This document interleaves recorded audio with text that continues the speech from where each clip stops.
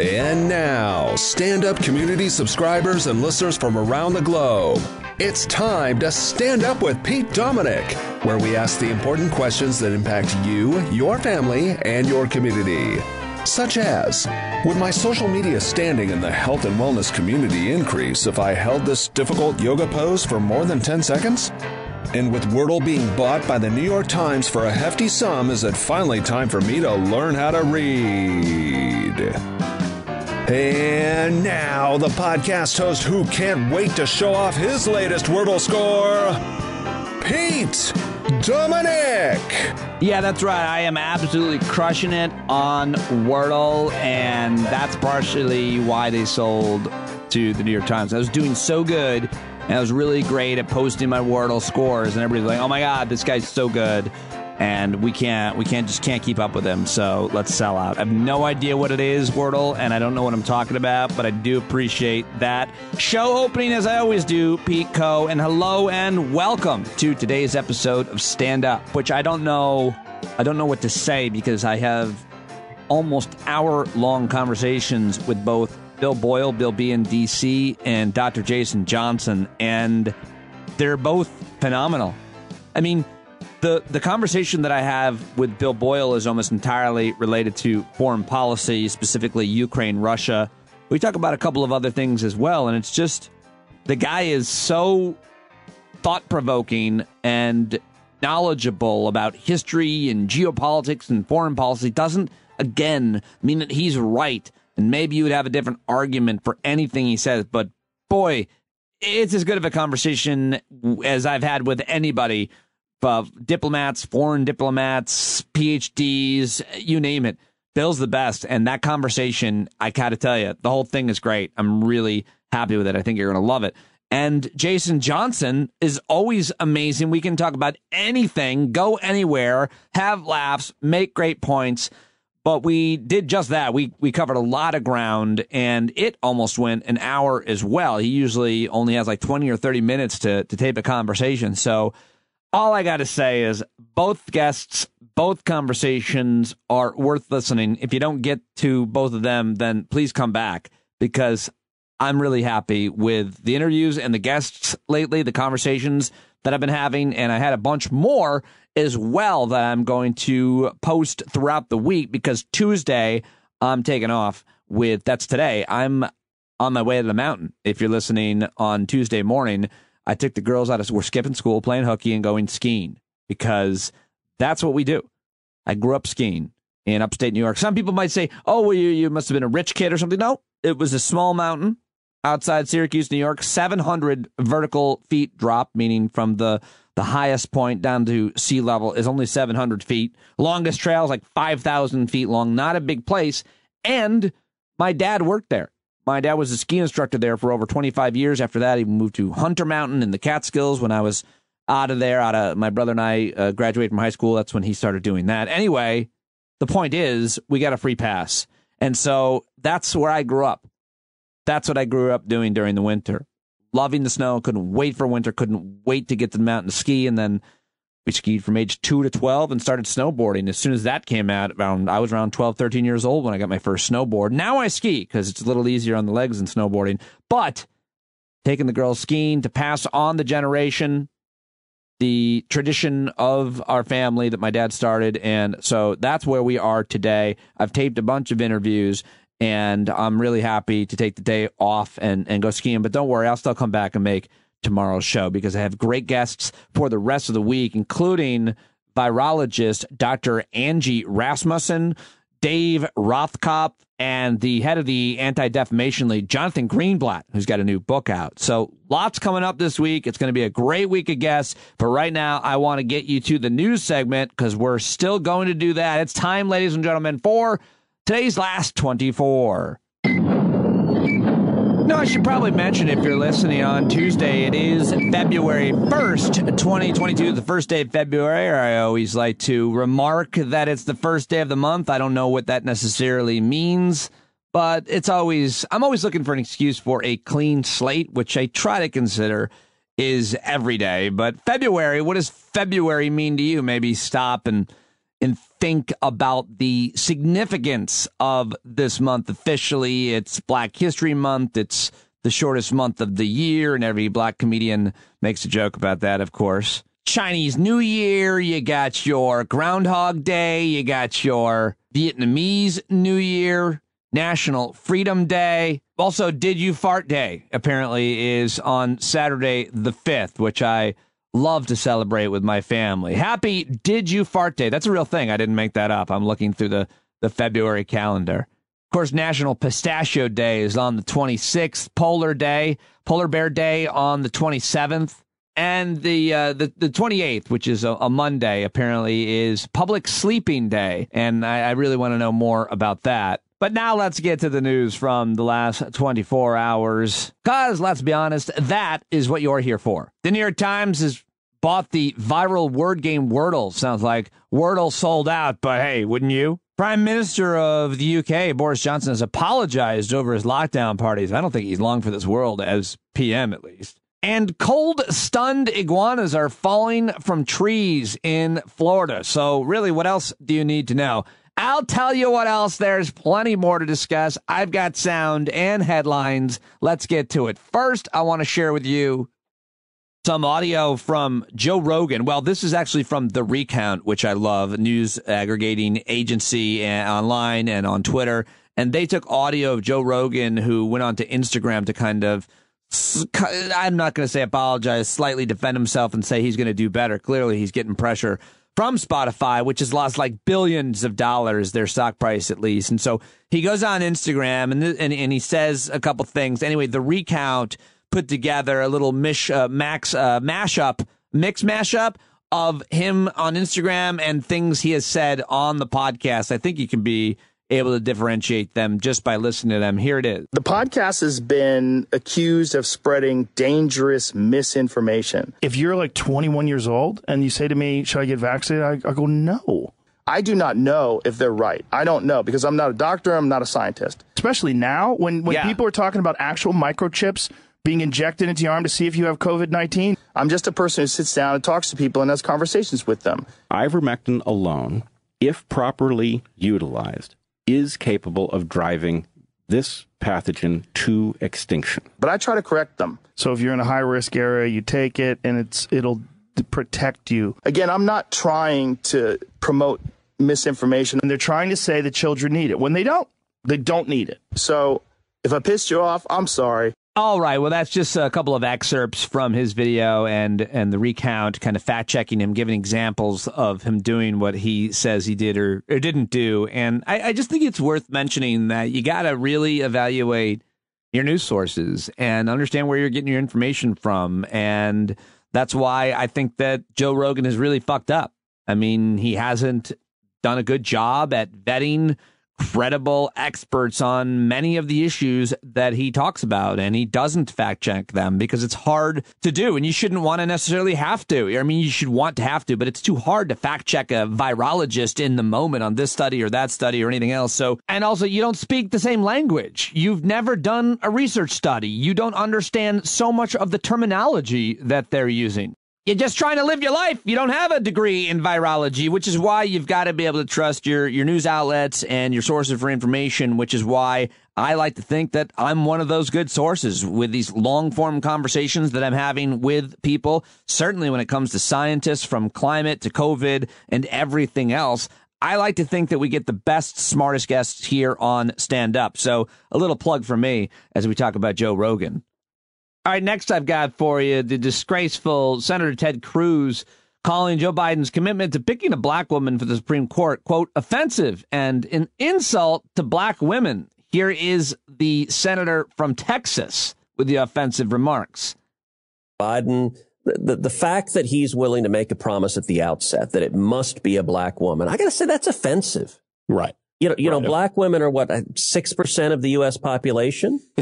He's saying to 94% of Americans, I don't give a damn about you. You are ineligible. And he's also saying it's actually an insult to black women. If he came and said, I'm going to put the best jurist on the court, and he looked at a number of people and he ended up nominating a black woman, he could credibly say, OK, I'm nominating the person who's most qualified. He's not even pretending to say that. He's saying, if you're a white guy, tough luck. If you're a white woman, tough luck. You don't qualify. If you're Merrick Garland, all right, how much does it suck to be Merrick Garland? He's literally got to sit here and be told at the outset he is ineligible. You're out. Because, sorry, wrong skin pigment and wrong Y chromosome. And it's just, it is an example how Democrats, and particularly the far left, everything is race, everything is that they will discriminate based on race, they will pigeonhole you, they don't care about the independent, the individual. All right, of course, that was a heaping pile of mashed potato nonsense and bullshit, and that comes from Ted Cruz's own podcast. He's got his own show. I mean, it's pretty clear what he thinks his job and responsibility is, which is to make Ted Cruz as famous as possible or infamous as possible. Well, here's a much smarter take by Congresswoman Alexandria Ocasio-Cortez. She weighs in on the same issue. Identity is just the starting step when we are discussing a Supreme Court justice. There is no shortage of incredible, qualified, leading Black female candidates to serve on the Supreme Court. But the question is, what is going to be that nominee's worldview? And what I hope is that what we see is a nominee that is truly rooted in not just public service, but with a protection towards the very rights that, frankly, have been eroded over the last not just, 2, 3, 5 years, but the last 10 years. All right, Alexandria Ocasio-Cortez on Yahoo News, the influencers with Andy Surer. And now the White House press secretary would like a word. Here's Jen Psaki on Presidents Reagan and Trump promising to nominate women to the Supreme Court, as Biden is committed to nominating the first Black woman. I would note that there's a long history here. President Reagan promised the country he would nominate the country's first woman to serve on the court, and he did so. Former President Trump also promised to choose a woman just over a year ago, and there was no such complaint from the voices on the right who are speaking out now. But the president's commitment is to deliver on the promise he made to the country. But there's no question in his mind that there is a wealth of qualified, talented Black women to choose from. And finally, here's someone who will be voting on a confirmation of that Supreme Court justice. Generally, progressive-minded people see him as a real problem or worse. Here he is, the senator from West Virginia that we've all learned so much about, Joe Manchin, on President Biden's choice to nominate a Black woman to the Supreme Court. He may surprise you. I don't look at it as being politicized. I look at it for being basically just a balance that needs to be done to represent who we are as a nation. And the United States is very diversified, and we have a lot of great people in all different segments of society. And to be able to hear from their voice and have someone that can represent who they believe understands who they are. That's really the reason that you want a balanced Justice Department, and I'm very hopeful that'll be done. Oh, wait, what was that? I think he thinks it's a good idea to represent people who look like America. Is that what we heard from Joe Manchin? Now let's go back to the White House press briefing room where Jen Psaki was asked about former President Donald Trump's speech this weekend defending the January 6th insurrectionists. So in terms of the former president, his actions represented a unique and existential threat to our democracy, as the president has said many times. But his remarks this weekend, he defended the actions of his supporters who stormed the Capitol and brutally attacked the law enforcement officers protecting it. I think it's important to shout that out and call that out. He even attacked his own vice president for not, in his words, having overturned the election.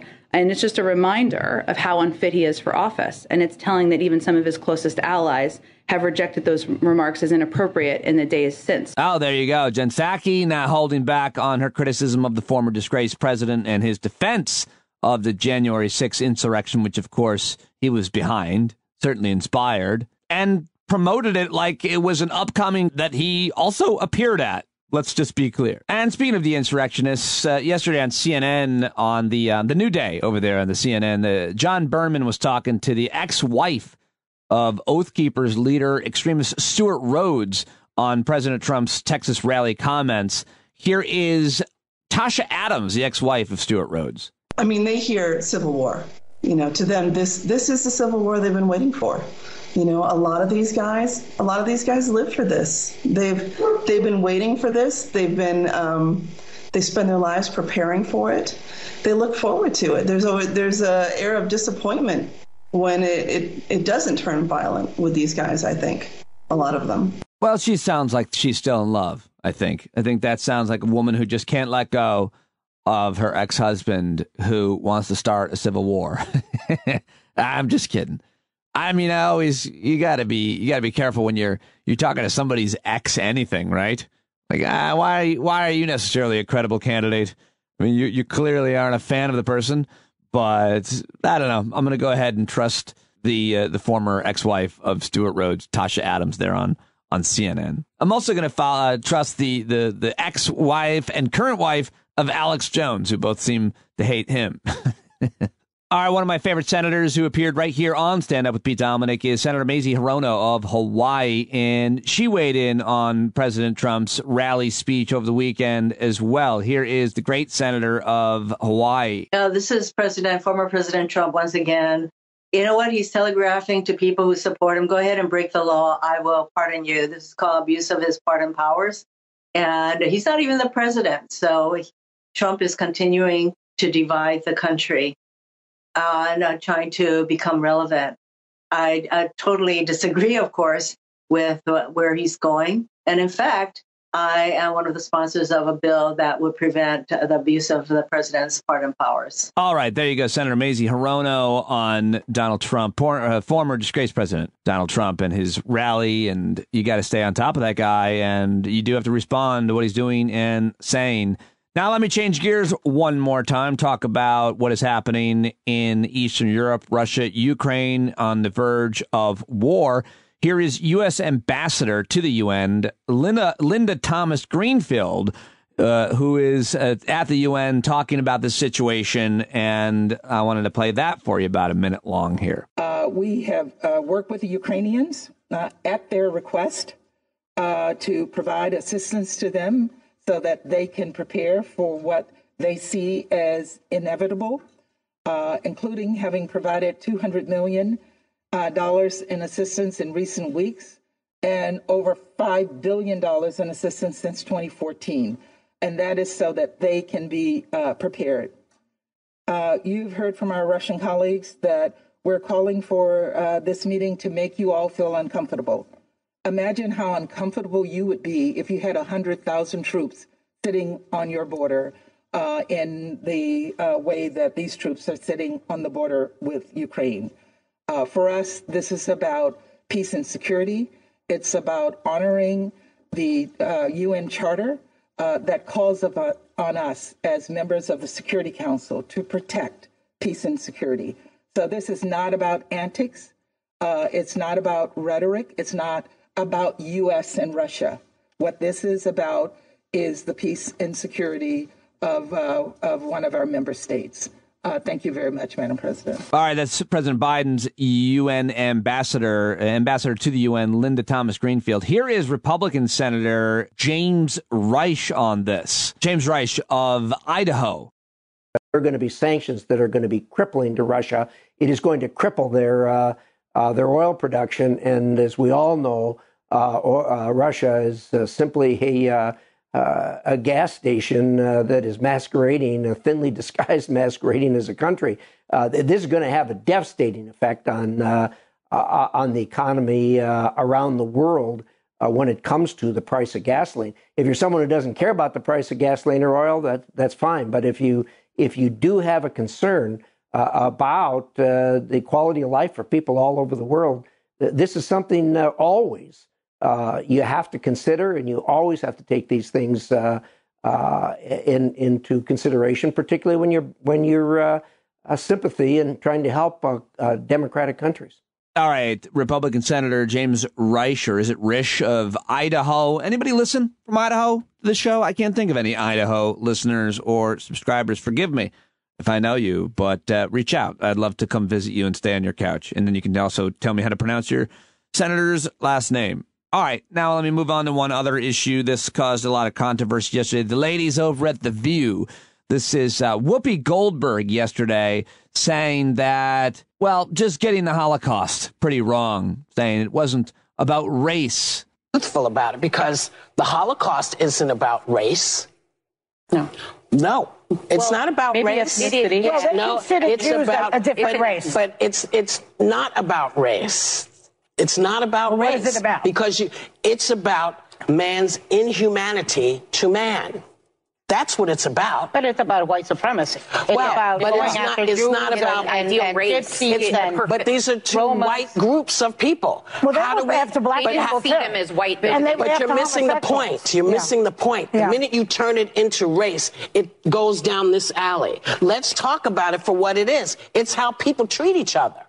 It's a problem. It doesn't matter if you're black or white, because black, white, Jews, everybody eats each other. So if you're uncomfortable, if you hear about mouse, should you be worried? Should your child say, oh, my God, I wonder if that's me? No, that's not what they're going to say. They're going to say, I don't want to be like that. Well, hopefully. I want to be cool. Yeah. Most kids, they don't want to be cruel. No, they don't. And we're living in an era where people are comparing vaccine cards to the yellow stars, where people are comparing vaccinations to what Anne Frank went through. Yeah. So it is necessary for kids to learn about about man's inhumanity to man, however it exposes itself. I have to cut you off. I just want to say that now. All right, that horrible music was playing them off, but a lot of reaction to the clip of Whoopi Goldberg saying the Holocaust was not about race. Melissa Weiss tweeted, a great reminder that there have only been 2 Jewish co-hosts in the 25-year history of The View, and none since 2016. Josh Levs says, the Holocaust was about race, and Jews are not a group of white people. That is an incredible amount of ignorance. It's also a form of disinformation on a subject that everyone should, and far too few people do understand. And, other people made similar points. Like, it's not about what we or Whoopi or anybody else thinks about what race means. It's about what the Nazis thought about race. And can we just agree that Whoopi Goldberg is wrong in this case, because being not educated enough on this matter, race is not only about necessarily the color of your skin. I think that point was made several different times. I spoke with the head of the Anti-Defamation League, Jonathan Greenblatt, today, but it was about the exact same time this was airing, so neither of us had heard about it. I would have asked about it, but he is going to join me on tomorrow's show. But he did actually give a quote, or he tweeted about this from his Twitter account. He wrote, no, Whoopi Goldberg, the Holocaust was about the Nazis' systematic annihilation of the Jewish people, who they deemed to be an inferior race. They dehumanized them and used the racist propaganda to justify slaughtering 6 million Jews. Holocaust distortion is dangerous. Hashtag enough.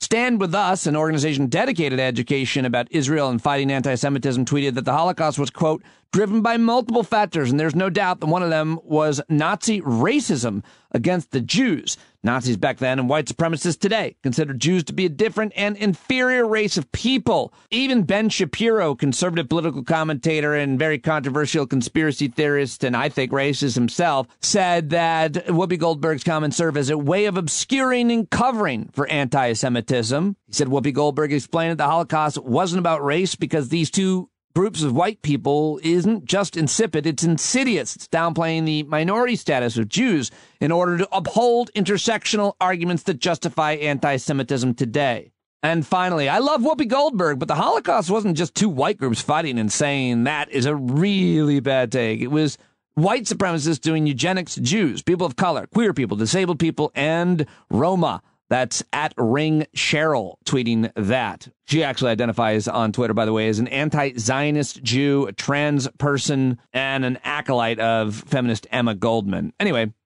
that's just some of the reaction to Whoopi Goldberg's erroneous and ignorant comments on The View.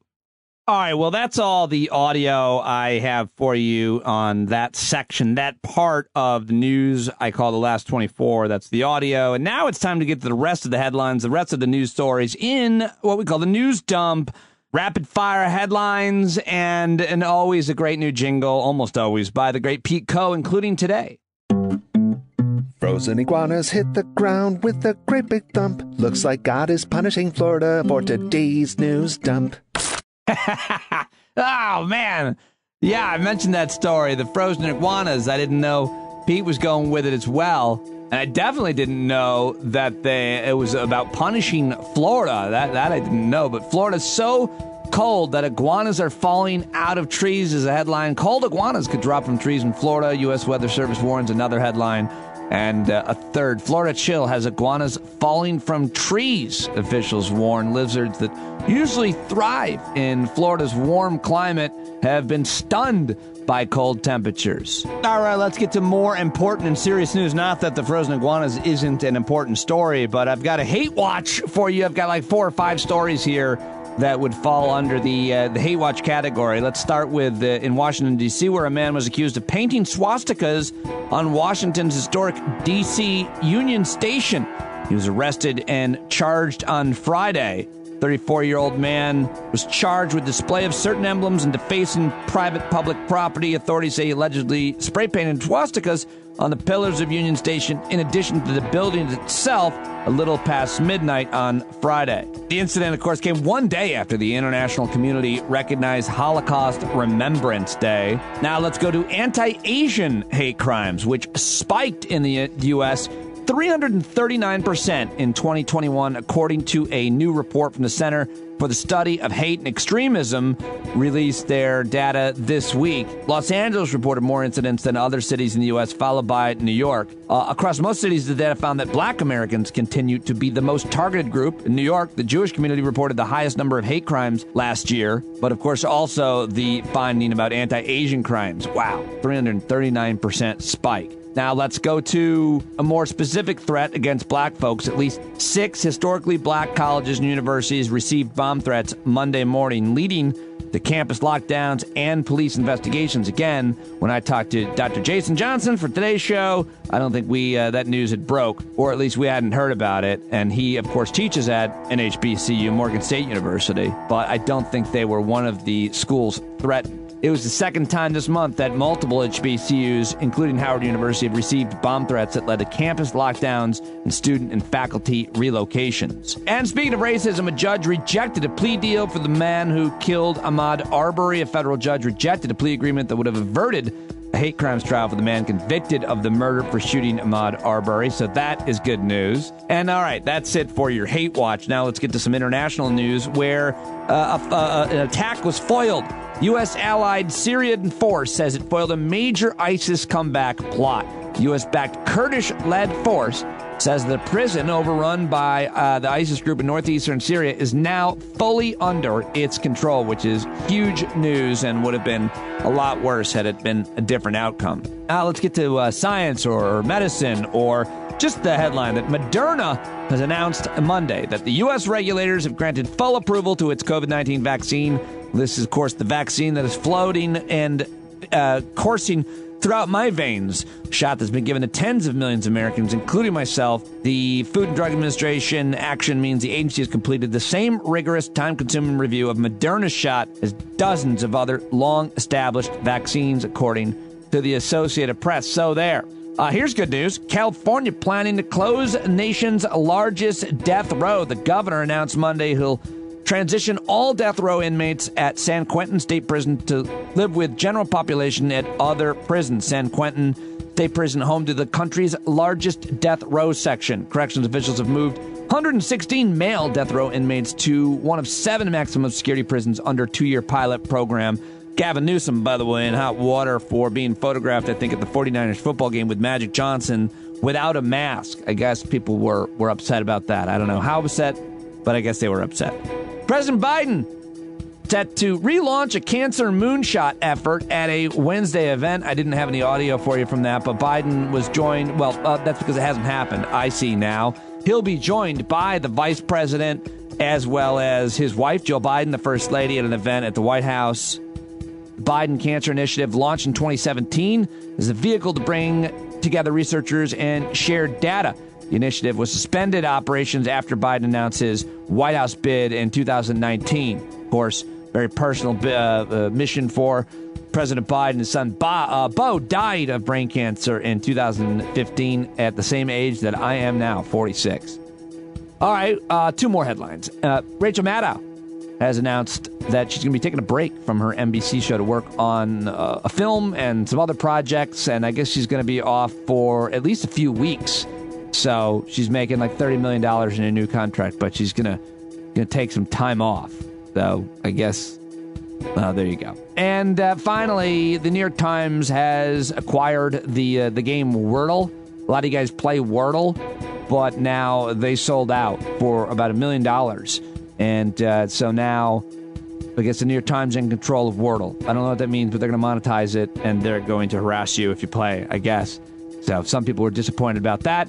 I don't play Wordle, so I don't know anything about it, but I did think I'd include it in today's news dump, and that is all I have for you. All right, coming up, I've got amazing conversations with Bill Boyle, Bill B. in D.C. about all things foreign policy, specifically Russia, Ukraine. We had a great conversation. I think you're going to love it. But before that, Dr. Jason Johnson joins me for a wide-ranging conversation. But before that, I do just want to mention Truebill, which a lot of listeners have mentioned. They've got the app and they're already saving money. So I think you should check it out if you haven't already. Check out Truebill. It's the new app that helps you identify and stop paying for subscriptions you don't need, want, or simply forgot about. People are saving thousands a year with Truebill. You see all your subscriptions in one place. You keep the ones you want. You cancel the ones you don't right from the app. Truebill has over 2 million users. Help save them $100 million. Start canceling your unused subscriptions right now if you haven't already. Truebill.com/standup. Go right now. Truebill.com/standup. It could save you thousands a year. Truebill.com/standup. All right. Well, one of my favorite people to talk to and a guy who's become a real close personal friend is Dr. Jason Johnson. We met years ago when we both joined a regular panel on CNN that mostly discussed political issues. He is a real smart professor of global journalism and communication, like I said earlier, at Morgan State University. He's a political contributor to MSNBC and the Grio, as well as a podcast host on Slate. His podcast is great. You got to check it out. It's called A Word with Jason Johnson. His website, drjasonjohnson.com. He's prolific on Twitter at drjasonjohnson. I love this conversation. I love this man. I hope you love it too. Always honest, always vulnerable, always funny, always smart. Dr. Jason Johnson, right now. Pre-pandemic, there's probably at least 2 or 3 Acela trains between D.C. and New York that have my daily planning. So, I mean, so if you ever get a really weird, Facebook or Snapchat message from me, it's because somebody found my book of passwords on the plane. Oh, no, you have your passwords written down? Dude, yeah, you have to. You got to have your passwords written down. Otherwise, I'm not going to remember those things. Yeah. Well, never on a regular basis. There are apps for that, I'm told. I actually have mine written down, too. So, again, I'm just making fun of you. And then I'm going to forget the password to the app. You don't fool me. That's like I got a VHS tape to teach me how to turn on a DVD player. How the hell is that going to work? Do you use YouTube to learn how to do anything that you don't know how to do, say fix a toilet or learn a software program? Recipes. I use YouTube to teach me how to tie ties better. Ooh. It's super duper helpful for that. I've used it to unplug drains. And all sorts of stuff. That's what YouTube is for. Could we see your necktie evolve? Your knot evolve from a certain period of time that you started appearing on television to where you're at now? Yes. And you can watch the evolution of my clothing because as I moved from being a broke grad student and wearing things from the rich Goodwill on that part of town, to actually be able to afford stylish I would argue that you've even started to take some risks on TV. Well, you've always taken risks with your performance, with your delivery, but I'm talking about your wardrobe. You are I'm not going to go as far as saying you are inspired by Roland. But you did. Dude. You are taking some real risks with some scarves and some kerchiefs, some jackets, even. So this is where this comes from, right? My stylist. This is your elite George Soros East Coast bias coming out here, Pete Dominic. My stylist is from Atlanta, and down south, especially like black folk down south, you do color. I have to tone her down from some of the stuff because left to my own resources, I would dress like a DC federal employee, and it would be gray and blue every time. So my stylist, Ivania, is always like, let's put some color in this.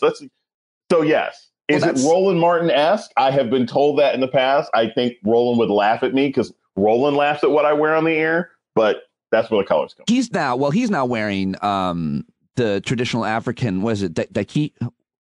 He wears dashikis, he wears HBCU sweaters. I mean, now that Roland is, I mean, like Roland's had his own thing for 2 or 3 years now with his Black Star Network and app. I mean, he dresses however the hell he wants.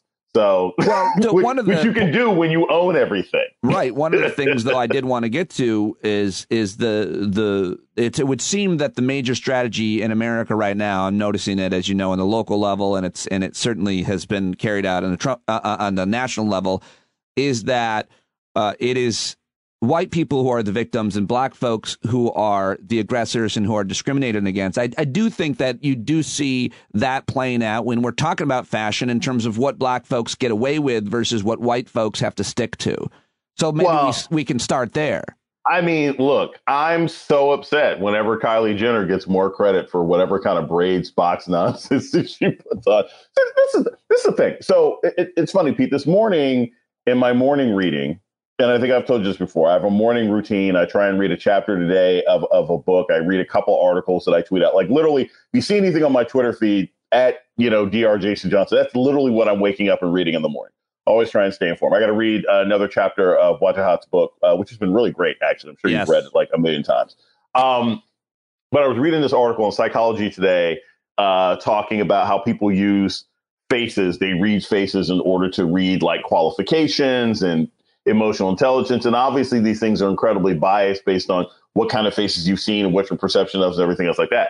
Fashion goes the same way. Like what a white person may think, of a black person's fashion has a lot to do with how they perceive the black body and color and fashion and style in general. So for example, the kind of colors that darker black people may wear for some folks really do come off as loud, right? Or like, whoa, hey, that's a lot of color.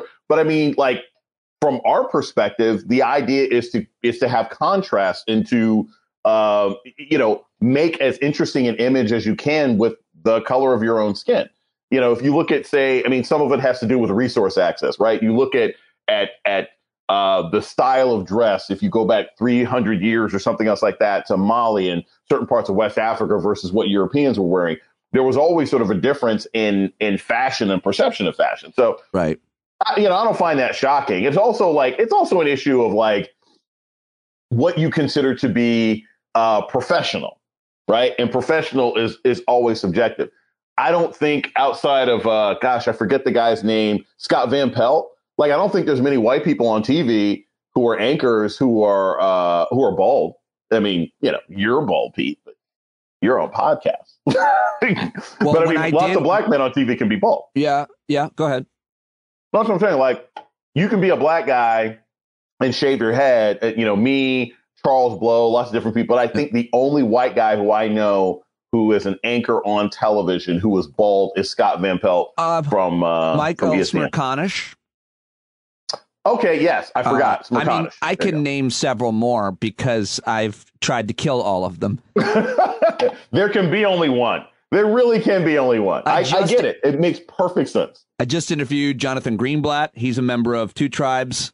I'm talking about the bald whites. So, no, but it's always been a joke in my stand-up act, and it's always been an observation. But I never really thought about the issue that it might present for black folks who go to a corporate atmosphere job. Oh yeah, and dress in certain colors and ways, and how that might be problematic. And I mean, it's an interesting thing to explore for sure. I didn't really think about it, but certainly I think I'm going to say you get away with more for cultural reasons, and maybe it looks better. Darker colors against brighter colors, just different than my hamster baby flesh tone. Yeah, I mean, well, and some of that has to, I mean, we're also talking in general about fashion, right? Yeah. Which is highly super duper subjective. you are dressed like Ted Kaczynski right now with your plaid and your Justin Timberlake Man in the Woods sort of thing. And I am wearing a Green Lantern t-shirt, right? Obviously, I am dressed a hell of a lot better than you because Green Lantern is a superhero and Ted Kaczynski was a serial killer.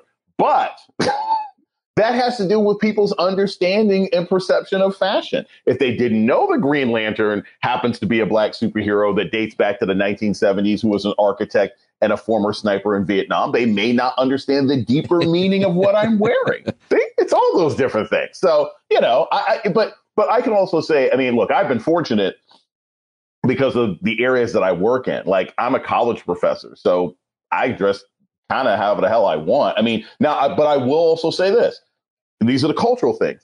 I can tell you, Pete, that, me and my friends have joked about this, the way you dress as a college professor at an HBCU is on average better than how you dress or how you can get away with being dressed as a college professor at a predominantly white institution. That's gotta be a weird. I immediately got like a sense of angst that you actually have to maybe compete with other black professors in terms of the wardrobe. Like, who's setting the tone on the campus? No. Is that a thing? No, it's not that. It's not about. It's like, there's almost like, and again, I'm speaking huge generalizations. Sure, yeah. Huge generalizations. Yeah. But like at a predominantly white institution, the sort of bummy chic professor. The bummy chic tenured professor who comes in the same disheveled suit every day and pants and whatever else it is, you can get away with that. The professor who teaches ecology, who comes in, wearing a vest and muddy boots every day, you can get away with that. Like, no one's going to say anything to you. Most HBCUs that I have been at and my friends who teach at them, the standard of dress is just a little bit higher.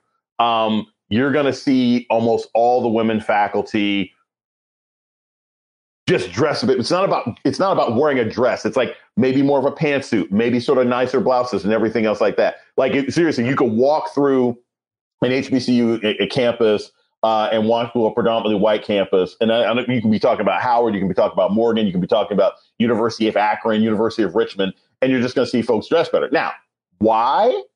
I think at HBCUs, the idea of what education and what college is for philosophically is different than how it's perceived at a lot of majority white institutions. That's why you end up dressing better. Which is what's the difference in perception between HBCU and the rest? Well, because when you're with a historically black college or university, it's like we recognize where we are. Morgan State's 150 something years old now. We recognize where we are historically, that the idea of getting an education is still rare and a privilege for black people in this country because of systematic racism. That the idea that you are here to not just sort of grow yourself as a person, but to compete in a world that hates and fears you. I mean, it sounds like the X-Men, but it's kind of what it is. And so, like, we're going to dress appropriately. Like, this is a big deal. Being here is, doesn't mean you don't have fun, doesn't mean that you don't grow and learn and make mistakes and everything else like that. But we're going to dress like what we're doing here. And there's sort of a casualness at a lot of predominantly white institutions of, hey, you're in college, it's time to party. You can figure out what the hell you want to do with your life when you get out of here. And so you can dress that way. I mean, seriously, there are some ways that I used to get away with dressing when I taught at a small liberal arts college that if I were to do that at Morgan, it's not so much that a dean would say something to me, but I think the students would look at me different. Even the students would be like, are you not taking the job seriously? Right. One more question on race and fashion. Yes. I don't think we've ever talked about this. I've certainly done a lot of jokes about it. The whites, before consulting with me. That's the other problem. You were making all these race and fashion jokes without talking to me first.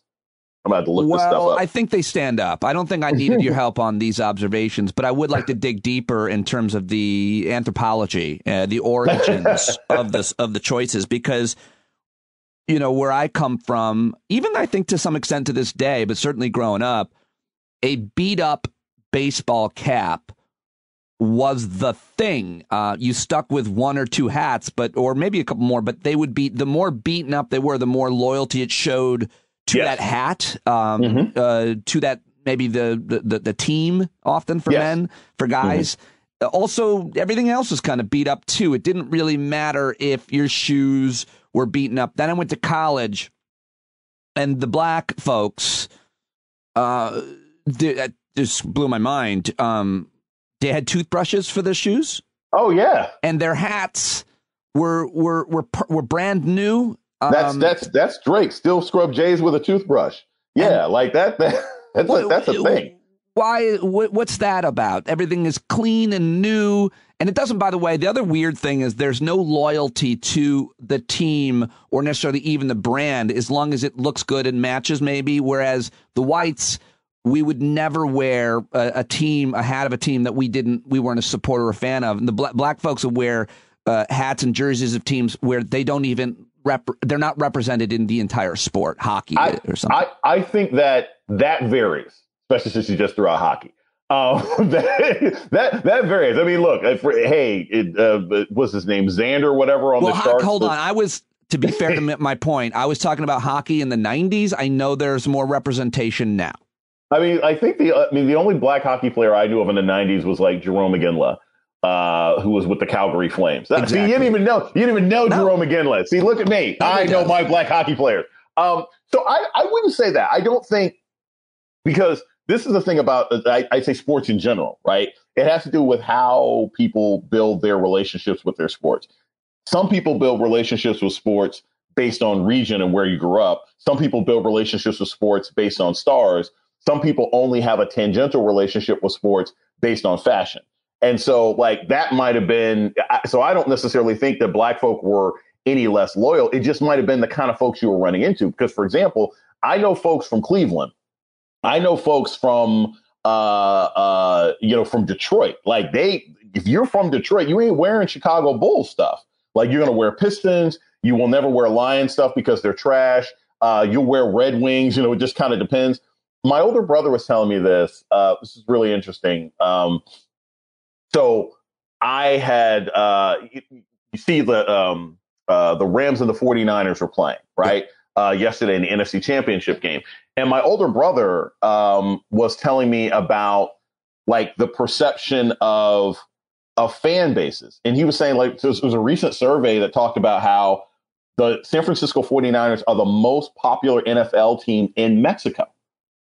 And my brother used to live up in the Bay. He's like, oh yeah. He's like in Mexico, when they pay attention to American football, the 49ers are the most popular team. And he said, but Mexican Americans that you run into in the Bay Area tend to be Raiders fans.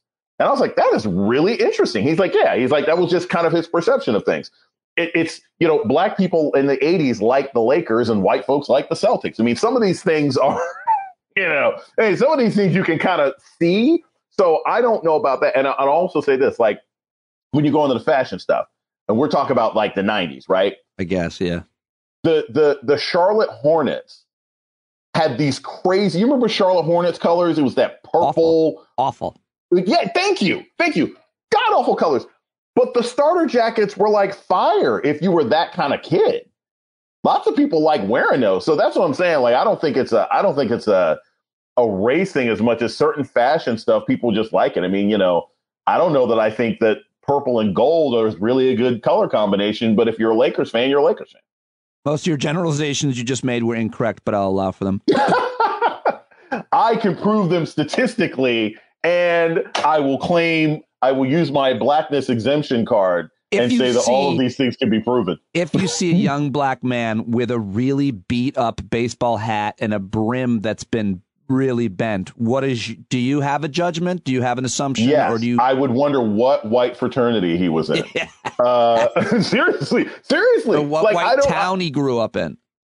Well, I wouldn't even think town. I would think the kid was probably in a majority white fraternity in college. Yeah. Because I grew up in the Midwest. I grew up for large chunks of my life in Nebraska and in St. Louis. The whole beat up baseball cap thing is a very kind of suburban white guy thing, and that's not pejorative. It's just that, like, you don't see a lot of black guys who are wearing baseball caps who do it that way. It's supposed to be, cream on the inside, clean on the outside, and the brim is tight, and folks have, or even with sneakers. Like I have a really good friend who's got a sneaker collection, a whole closet full of crazy sneakers, which makes no sense to me. Mind you, I collect comic books. Who am I to judge?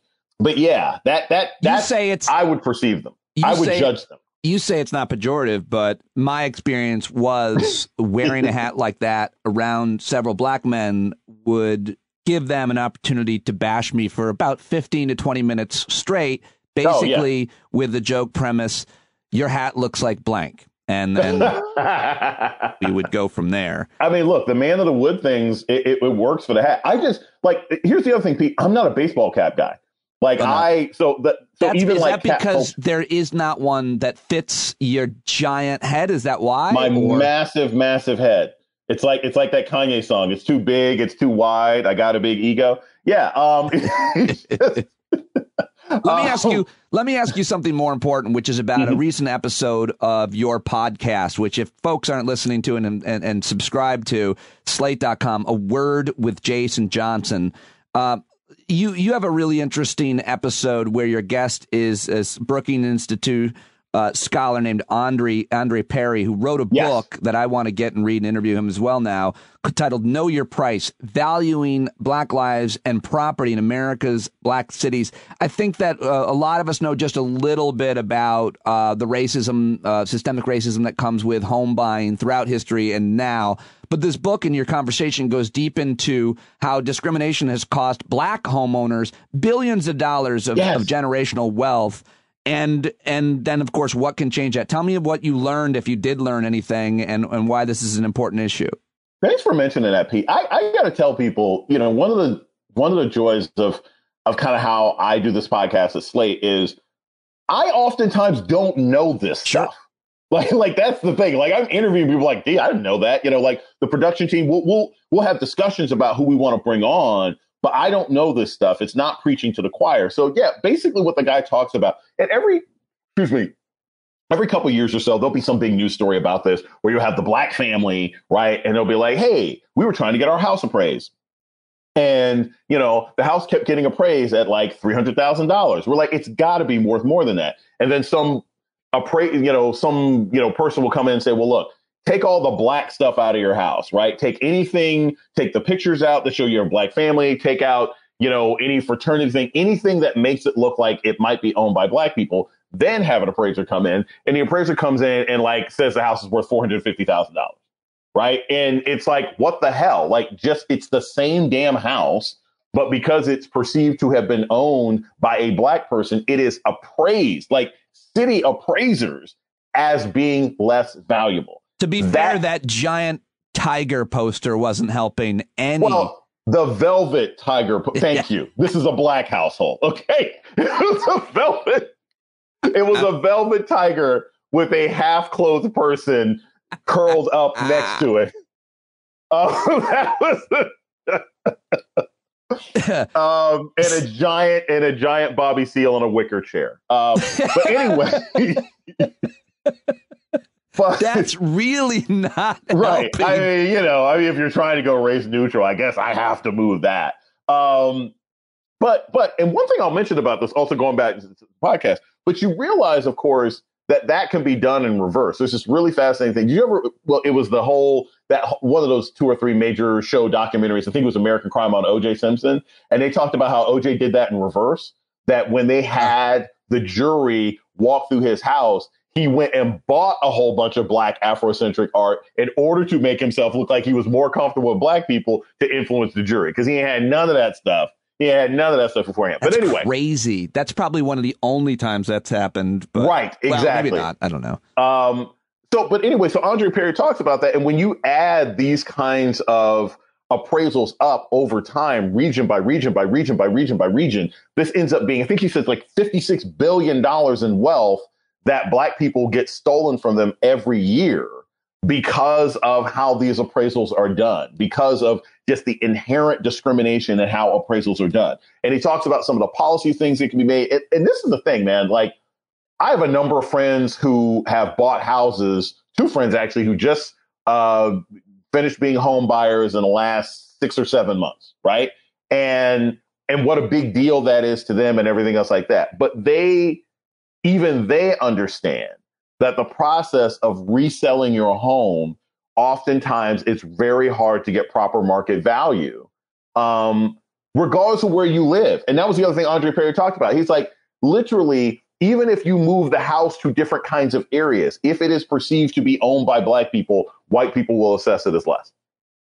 By the way, the element that I don't think anybody would ever point out, because hopefully it's not really omnipresent or real, is that somehow owning a home after any other family is somehow not as good, but owning a home after a family that is, wildly different ethnicity is somehow, not as good. But then now I'm thinking of like a comedy sketch or even a movie where white family moves into black home and didn't know it, and they subtly start doing, quote, they're cooking. Start doing black things. Suddenly like, they're spicing their food. All of a sudden they're putting spice. It sounds like a hilarious movie to me. When I think about black home ownership, the thing that jumps out at me is the idea of the Great Migration. I read the story a long time ago, but just this idea during the Great Migration, black families moving north, working in, say, automobile plants, Detroit, and so on. I mean, all of that's a struggle. You get the worst job at the plant. You're getting treated like shit, but at least you got the job. You're in the union. Right. You can buy a home now, maybe, and many, hundreds of thousands of black families did buy homes in Detroit and whatever they paid. And one of the only places that where 30 years later, they don't actually gain the generational wealth that most of us do when you inherit that home. Yeah. Because the home is worth like pennies on the dollar. It's worth like just a few hundred. I mean, these houses that they bought, that they struggled, they made it. And then that house doesn't actually create wealth because of a number of circumstances. I think about that all the time. Well, and I think about that from the standpoint of even like my white friends in my Gen X generation and how many of them had grandparents who had a home that they could sell in order to help pay for school or help them start their lives or blah, blah, blah. And, again, these assessments, which are really based on nothing but race, end up robbing black people of the ability to have that grandmother or grandfather sell that home, et cetera, et cetera. But it's part of these larger issues that we're facing now. I was just reading a statistic last week, sort of after I did the interview, that now that we have the banking industry that has jumped into home ownership, where 1 in 7 American homes are now owned by banks, which are charging the heck out of people. So you've got this mixed forces of gentrification, which is black neighborhoods that were routinely underserved, despite paying taxes, routinely underserved by city services. People eventually move out. White folks move in. Suddenly the city services improve, and they get the benefits of people who have maintained these homes for years. Or then a bank ends up buying it on, dude, H Street, I say this all the time, H Street around Washington, D.C. metro area, which is where Ben's Chili Bowl is, which is where Obama went. It's that barbecue joint that Reggie Cathy, the actor Reggie Cathy, who passed away about 2 years ago. He had some interesting pockmarks on his skin, but he was in The Wire and a couple other stuff. He played this barbecue. He owned this barbecue in D.C. In the first couple of seasons at House of Cards. Anyway, Ben's Chili Bowl is this famous black-owned restaurant right in H Street. Used to be a black part of Washington, D.C. Totally being gentrified now. I know people there where literally you've got banks or reps of banks walking up to black senior citizens' homes with suitcases of money and saying, I will give you $400,000 right now if you can be out of here in a week. And a lot of these families, since this was happening right off the tip of the Great Recession, were like, look, my daughter lives in Atlanta. My son is outside of Chicago. They can't afford to come back and buy this home. We're ready to move to North Carolina and retire anyway. So these people sell their homes for $400,000. And then suddenly, which is lowballing it. And then, you put a spackle of new paint on it, and these companies are flipping it for $600,000 to $800,000. And that is happening all over the country in black neighborhoods where people were never given a proper assessment as to how valuable their homes are. And now they're being taken advantage of, and neighborhoods are being completely cleaned out and eliminated. Atlanta is having the same kind of issue, although in Atlanta, the gentrifying is coming not just from white people, but also from black folks who are moving back down south. Right. It's a really important issue that's happening all over, and there's been a lot of great journalism on it. I saw that thing that you tweeted about the investors inflating the cost of homes. By the way, that sucks for white people. That sucks sucks for everybody. So if it sucks, if it sucks for wealthy or affluent white folks, then you can understand how much more difficult it's going to be for others in that case. So it's like it's always something to look at. Do you have time for one more? Yes, I do. I do for you, Pete. And I also want to add this. This is that other annoying thing again about the sort of context of how American life works. You can also, it's like in order to get the benefit of the doubt that lots of white people just get for being white and being awake on a sunny day, you pick it up when you are a black person of perhaps an exceptional career or background. Yeah. I have a really good friend who's an actress who talked about how, because she's an African-American woman and a reasonably well-known actress in certain areas, that like she was getting opportunities and deals when she recently sold her home. If she was just a single black woman selling her home in her metro area, she might have faced the same problem. Right. But because she's single black woman who happens to be actress from TV and movies, then the real estate person's like, oh, OK, you're great, blah, blah, blah. Yeah. And that's the thing. It's like, why do I got to be special in order to get a reasonable deal? Yeah. Same is true for sure for black athletes and other celebrities, artists that, but there's not that many. That's not something to aspire to get it's a fair not generalizable. Shake. No. Yeah. So I just wanted to ask you about the last two speeches, rallies that Donald Trump has made have been so overtly race war-y. Is that a phrase? Mm-hmm. And this trend that I mentioned, I think at the beginning, but this idea that is taking hold really fast, including in my town, that it's white people who are being targeted, discriminated against, oppressed, in danger.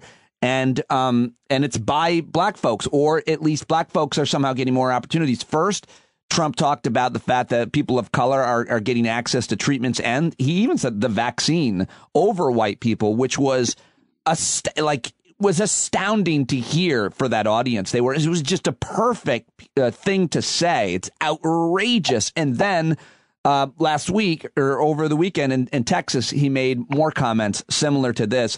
And I'm wondering how you would frame where we're at with the conversation around race, because it certainly seems to have moved to the whites with our sensitivities. We've got to ban books, even if they, as Saturday Night Live said over the weekend, mention a black character. Yeah. You've heard me talk about this cyclical theory of history, the 1920s to the 1960s, 1820s to 1860s.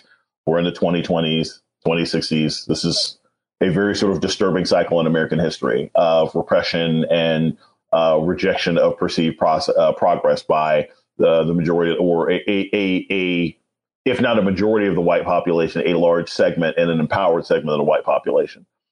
Absolutely everything that we're going through right now, and Trump included, all of it can be fixed. The problem is this, and I said this when Trump was in office, in comparison to Barack Obama. If you saw what Republicans did to Barack, they wouldn't do anything.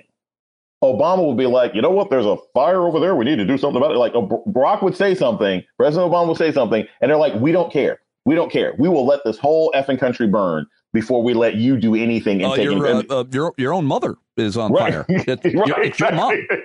It's your mom. It's your. Michelle, did you see that right there? Like they didn't care. They didn't care. And yet, when you see when you saw Trump and the way the Democrats dealt with him, they're like, we're going to try and get this bipartisan thing, and we're going to try and work on this bipartisan thing, but we don't like Trump and blah, blah, blah. And I said repeatedly at the time, because it was true, Democrats didn't hate Trump as much as they loved white supremacy. What do I mean by that? Republicans hated Barack Obama. They hated him because he was black. They hated him because he was black. And a lot of them hated him because he was black. So it didn't matter what he was trying to do. You had a lot of white Democrats who, as much as they may have found Trump personally distasteful, they did not perceive him to be an existential threat to their very existence because at the end of the day, they were all white folks and they thought they were going to be fine. That's how you can hear so many Democrats to this day continue to talk about bipartisanship, as if working together with a party that has become a front for a terrorist movement is beneficial to you or anybody. Who out there is calling for bipartisanship? They're not seeking bipartisanship for policy. What they're seeking is a way to maintain a relationship with other white people in government. Right. That is how this is operating. This is why people always, I always say, I'm not a Democrat. I'm not a Democrat. I'm not a Republican. I am an American concerned about what's necessary for this country. So how does that manifest itself in Trump now? The only reason that this guy can continue to do what he is doing and give these insane speeches and everything else like that is because you have other white people in positions of authority, even those who find him distasteful, who will not hold him accountable because they still see him as part of how this system is supposed to operate. So that's how you can have a Merrick Garland who is still not brought charges against dozens of people in the Trump, it's sort of in the Trump ecosystem. You literally got a roadmap from Mueller on how you can charge this guy. And it's been a year and they haven't done it. You literally have, it's been over a year now since a coup attempt, and not one member of Congress has been investigated directly, or they've mentioned it or arrested them at the DOJ. And we know you have, Ellie Mistel talks about this. The plan that these insurrectionists were trying to use on January 6th just happens to be the exact same plan that the Trump administration had on a PowerPoint. And yet, for some reason, none of these people in the Trump sort of ecosystem have been dragged in chains. The core of this is because, unfortunately, large numbers of white Americans do not want to hold other white Americans accountable. So Trump doing what he's doing is just this game continuing to play out in a much more dangerous way. He can lie, he can prevaricate, he can dissemble, he can do whatever he wants because he's a white guy. And at the end of the day, large numbers of white Americans perceive themselves as constantly being under threat.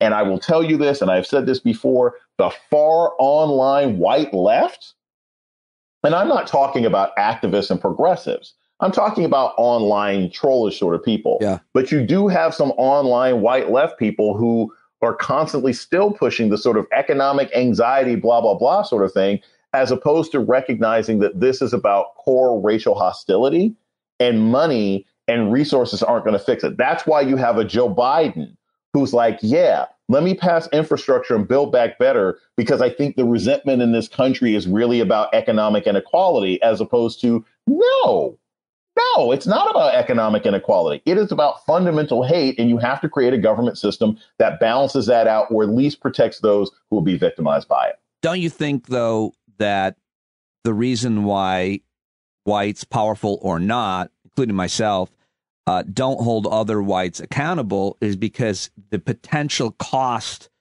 for said white, in my case, is exists. Meaning, if I go after some other whites, they're going to come after me. And now I'm going to be uncomfortable at best, in danger at worst. And why do that? Why would I put myself in the place to be uncomfortable, much less in danger, by holding my neighbor or some other influential white responsible for something?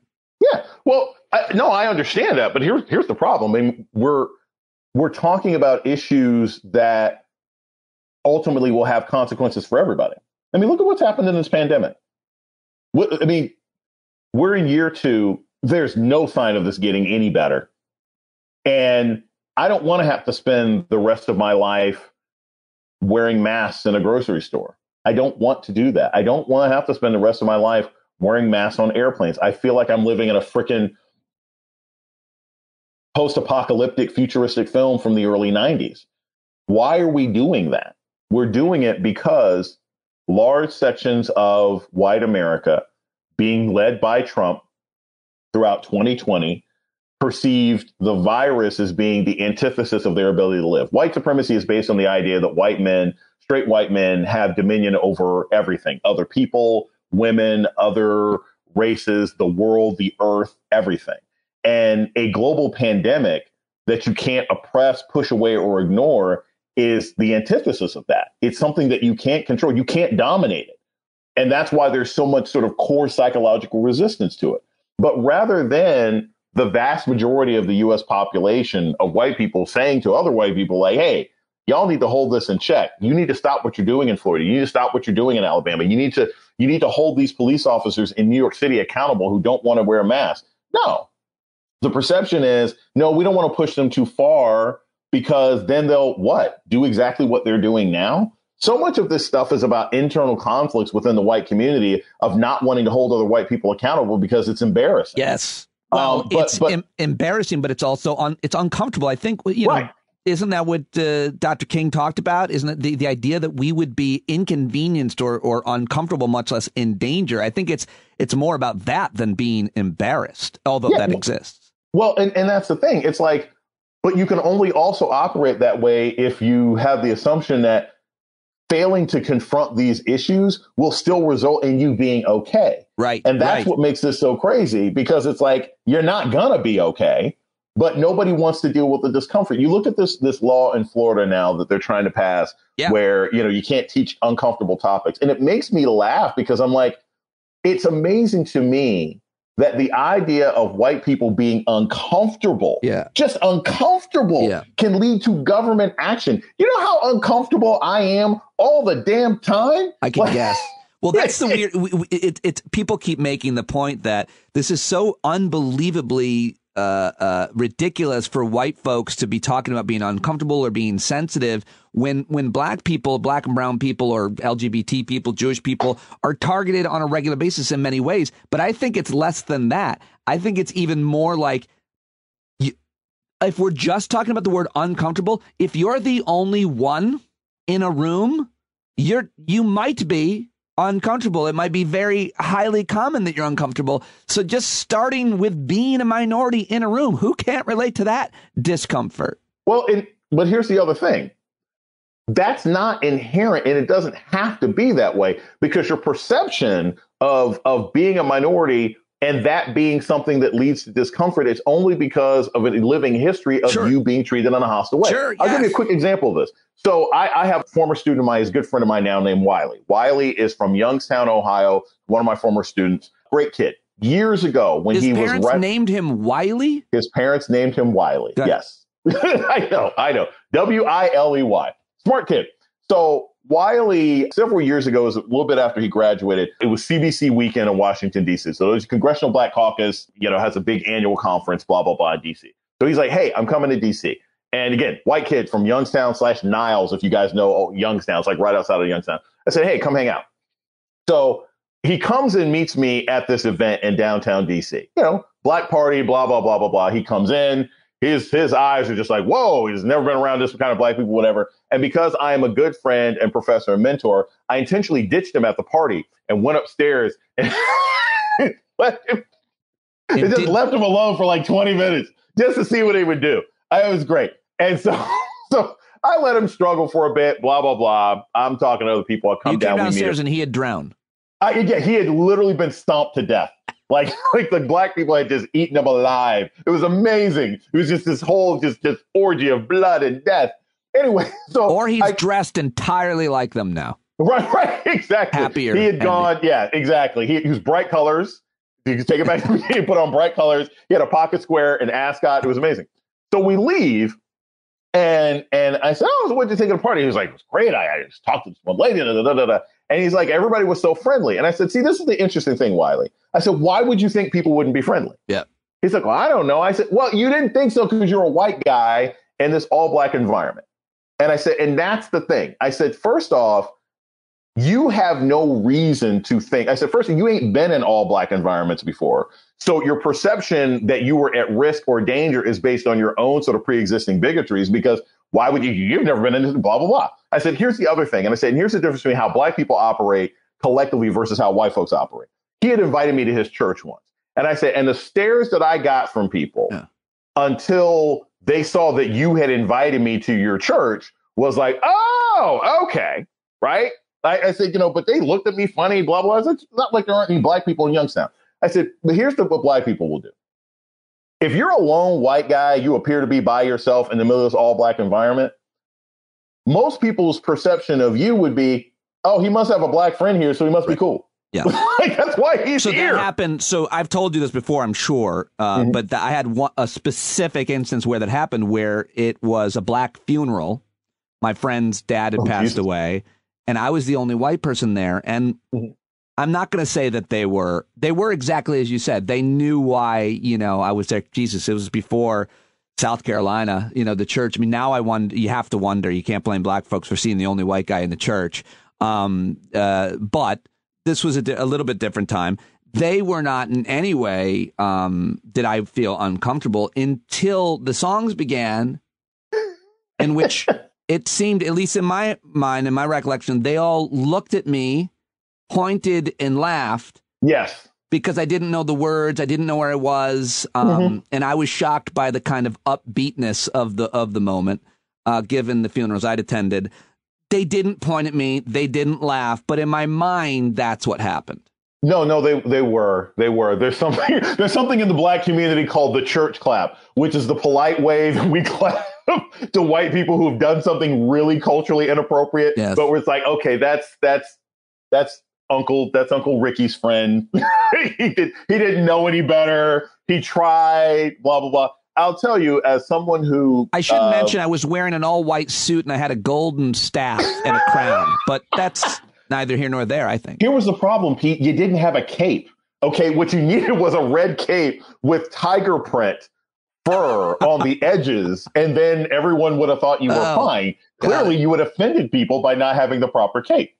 But I'll tell you this, is just quickly, as I attended a virtual funeral on Sunday. I think I told you this, my best friend passed away on New Year's Eve. You wrote a wonderful thing about it. I purposely didn't talk about it with you today because it wasn't the mood for it, I felt. But you wrote a wonderful thing on your Facebook if people can read if they're his friends. But go ahead. Yeah. And so, it's interesting, his homegoing was Saturday and I attended it virtually. And yeah, I mean, there's every sort of homegoing. I mean, you have your sadness, but we tend to celebrate. And especially when it's someone, in my friend's case, who was chronically ill with sickle cell, there's this celebration of going home. There's a celebration of returning to heaven, of being closer to God, regardless of how religious you are. There's a sense of being free from the pain and oppression, both physical, psychological, economic, and political of this world. So there's a liberation to funerals. And I mean, that's why they're called homegoings. And that's a cultural thing as well. I don't know if you saw this. This happened last year, Pete, but like there was a news story. I think it was in the Chicago Tribune, whatever the big Chicago paper was. And it was talking about Jesse Jackson's wife. And Jesse Jackson and his wife had both, I think, been infected with COVID, and they had to go to the hospital. And the cover story was Jesse Jackson's wife. It was something like Jesse Jackson's wife sent home with COVID, family is relieved. And black people read the article like, oh my God, Jesse Jackson's wife died? Because going home sounds oh my God. You've got to find the article. People the ratio. Reverend Jesse Jackson goes home after battling COVID. Yes. That's Chicago Tribune headline. Yeah. Dude, the ratio was crazy. We were all like, yo, Jesse Jackson died. This is so apparently a black editor came running into the newsroom just after they clicked post, screaming, no.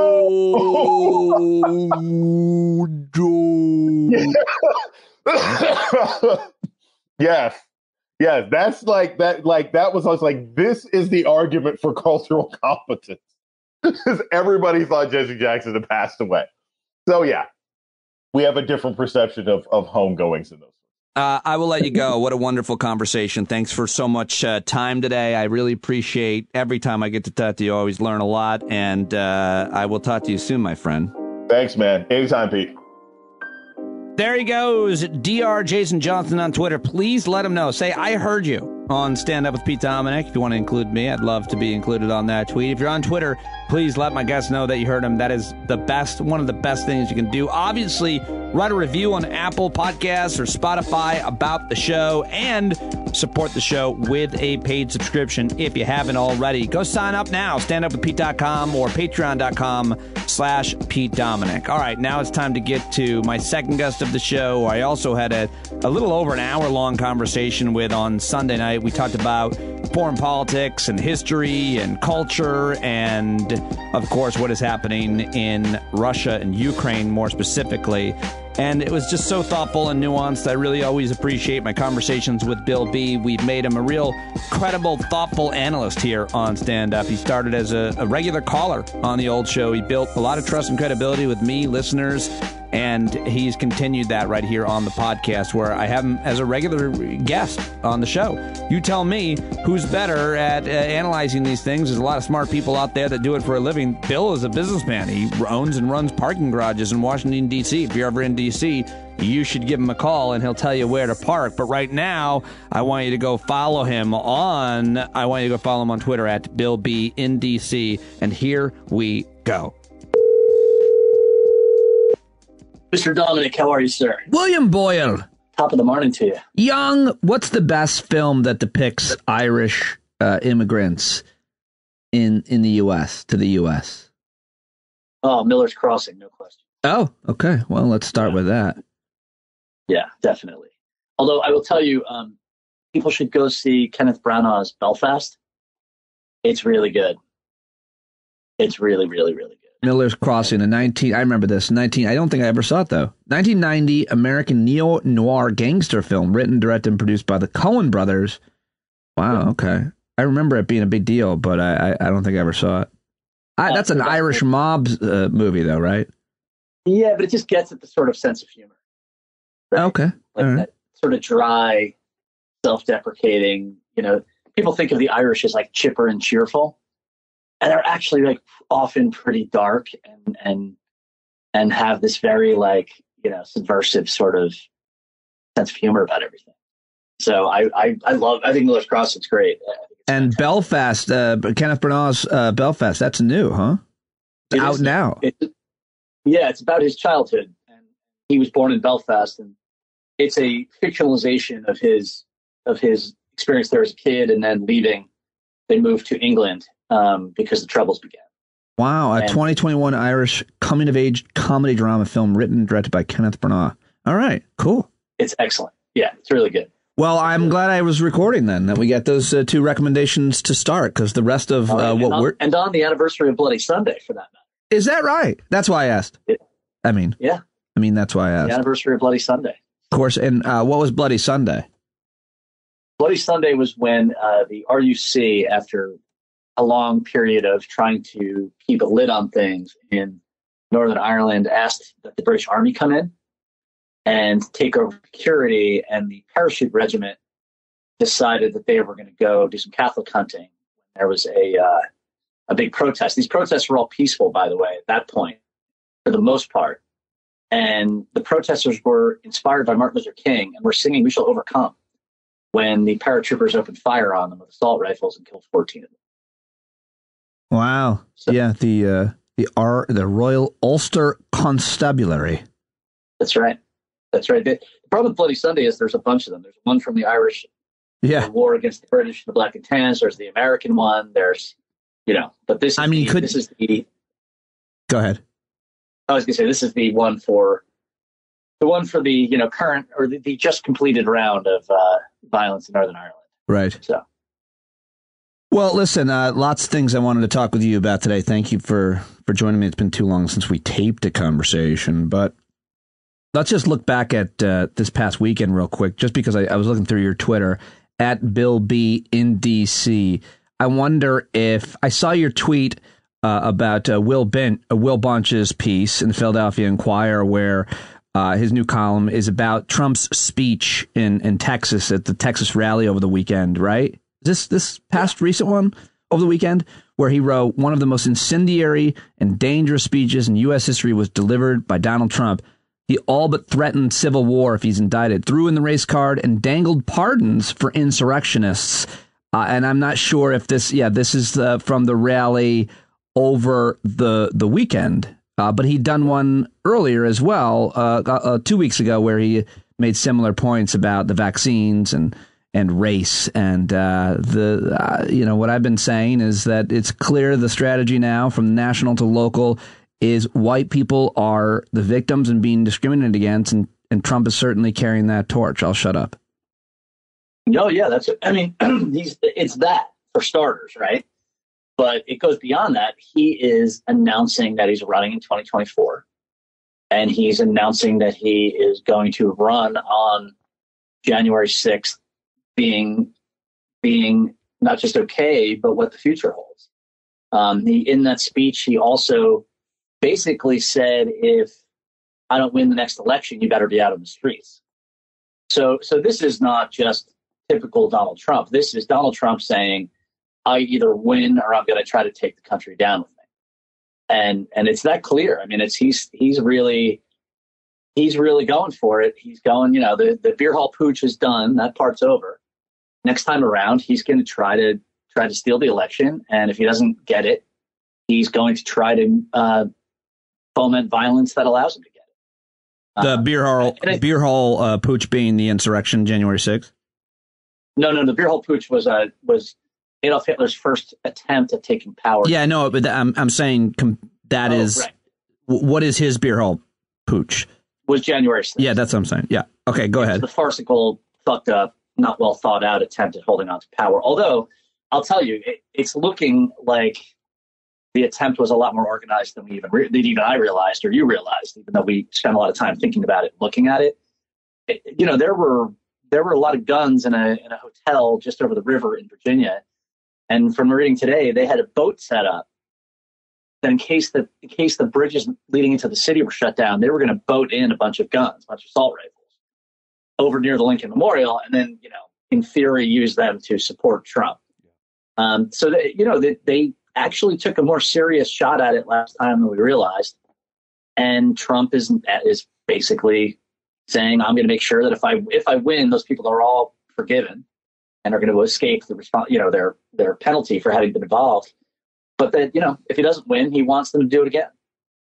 So you have a major candidate. I can't see anyone stopping Trump if he runs. And so I can't see anyone stopping him in the Republican primaries, if he runs. Yeah. But, if he runs, he's basically saying he's going to overthrow the government. I mean, that's a very sober reading of what he's saying. And I think the only reason that people would scoff at that is that they just don't want to think about it. So, it's a really good point about not wanting to think about it. I think that has been one of the most important developments as a result of Joe Biden winning, that we so desired a sense of relief and never have wanting to think about him again. And we're in that posture. If I play a clip of him on the show, people get upset. They get triggered. I don't blame anybody for feeling that way and not wanting to think about him and certainly not wanting to think about him coming back. But I think the point is true that you simply made. You don't want to think about the thing that is very possible. I wouldn't say it's likely, but I don't know. It's possible for sure. Not likely. Well, it's the tail risk, right? If it's 5% possible, that's really fucking dangerous, because 1 in 20 chance of something like that happening would be catastrophic for our country. And I don't think it used to be impossible, but the Republican Party is not doing much of anything to try to slow this train down, and they're going along with it. The thing about countries that go into a fascist or authoritarian government to a sort of populist radical like Mussolini or Hitler or Trump, it's not that the fascists ever have enough people on their own, right? It's always that the conservative elements in the society say, you know what, we're going to make a deal with these guys just to take advantage of the energy that they're bringing to politics so we can win power, right? Now, these conservatives think of it in terms of the institutional ways of elections or winning it in the sort of normal way it was done. But once they put their shoulder behind these guys, then they lose control of the whole thing. Right. And I mean, look at what conservatives in Germany did. They supported Hitler because they were afraid of the Bolsheviks, right? And then once Hitler was the chancellor, it was over. It was over. Right. You know, he didn't win by shooting his way in. He won by getting the establishment to back him because they were more afraid of something else. Well, that looks an awful lot like the current Republican Party, doesn't it? Yes, I mean, absolutely. I mean, you see it. They're looking at Trump and going, this guy gets votes. You see it at the... I'm sorry, go ahead. Well, I was just going to say, you see it at the state level in state houses. He's very, very dominant locally. And he's also very dominant in the U.S. House of Representatives, obviously. There's a huge contingency of folks who are kind of beholden to him. And you even have a certain, number of them that voted to overturn the election, of course, in the House.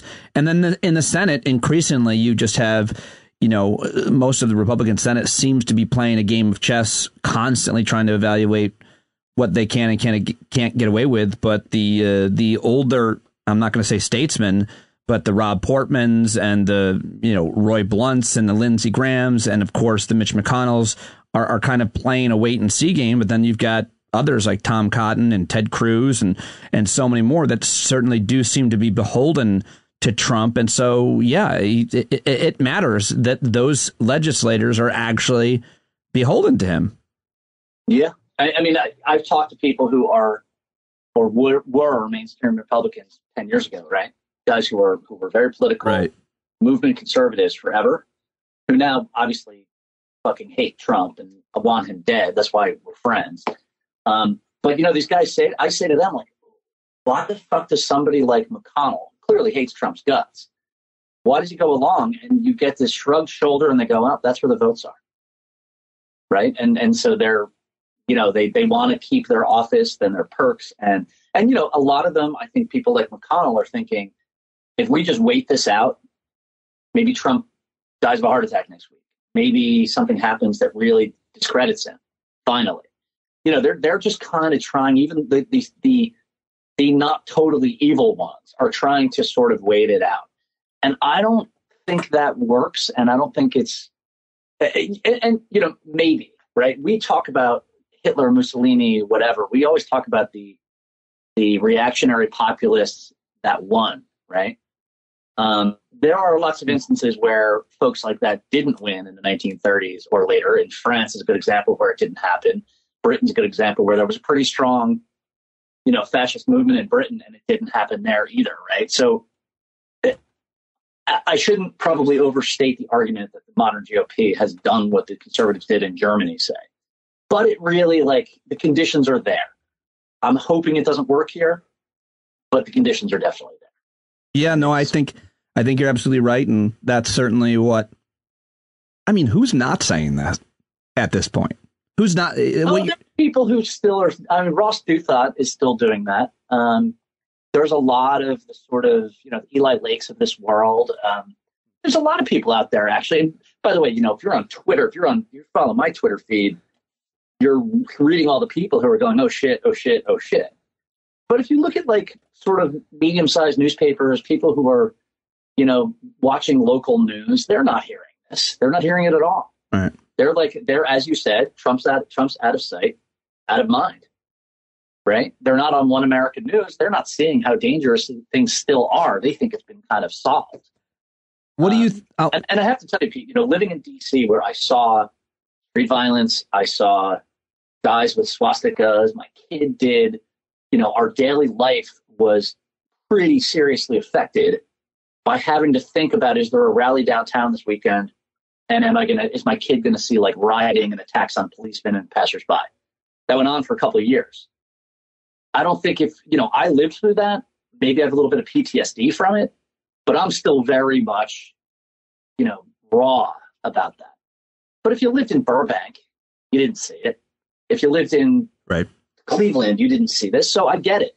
People didn't live it very closely. And so it kind of feels like it's out of sight, out of mind for them.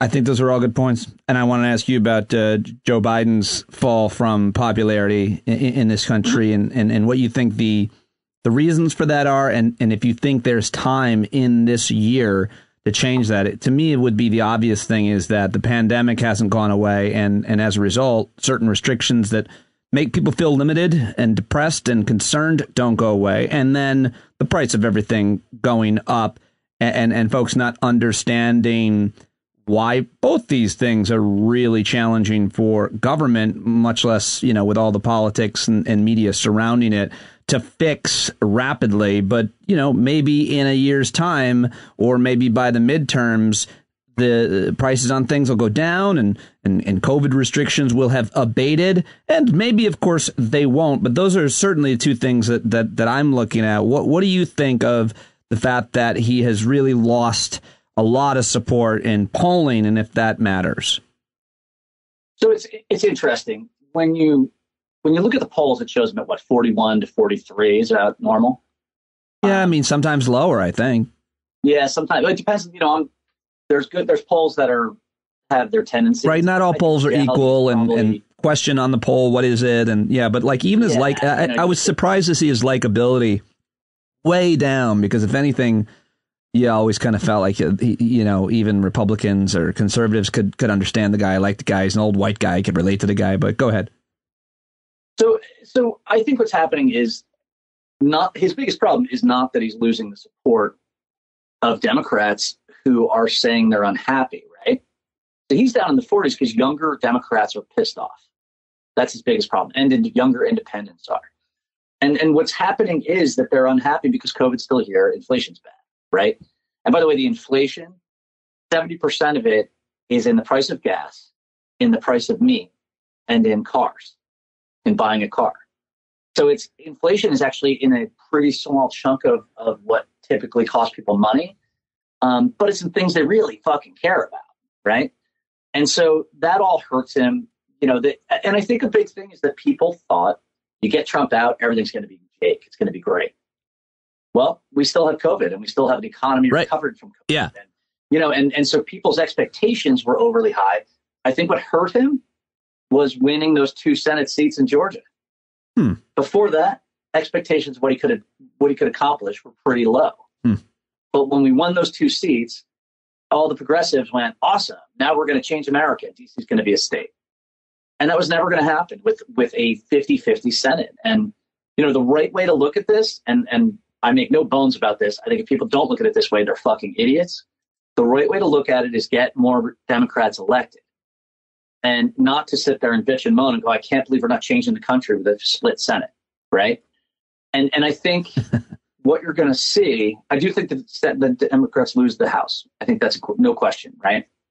But I think you're going to see a lot of people who are not happy with the Democrats or Biden hesitating before they vote for Republicans. When you put Biden head to head against DeSantis, Trump, Nikki Haley, whoever, he's either even or ahead, even with really, really shitty approval numbers. And I think that's a pretty, you don't run against a generic, right? You run against an actual party and an actual person. And when you put the Republicans and the leading Republicans, contenders in those polls, suddenly Biden's doing much better. So I think his numbers are not good because I think it will hurt in a very partisan environment. It'll hurt Democrats who are running for the House for sure. Can it get better? Yeah, it can get better. I mean, it's January, the election's for, not for 10 months. A lot of things can change. Russia could invade and Ukraine and absolutely change the way people are talking in America. The inflation is very likely to go down. It's, by the way, if Russia invades Ukraine, everyone's going, oh my God, this is going to kill the American economy. It's actually going to really help anyone selling natural gas in the Midwest and South and in the far West, where natural gas has been hurting big time. So it's not necessarily like, the future's unwritten. Almost nothing would surprise me at this point. And I think the Republicans themselves are so toxic. Yes, I think we lose the House, but I wouldn't be shocked if we didn't. Well, how confident are you on that House prediction? Who do you? I mean, I know that you're not. I know that you're looking at the Sabatos and the Amy Walters and all the smartest political analysts on such things. It's not just an opinion you're arriving at carelessly, as it is with all of what you say on the program here, which is why I love talking to you. But what are you basing that on? How confident are you? Larry Sabato, Amy Walter, frankly. Yeah.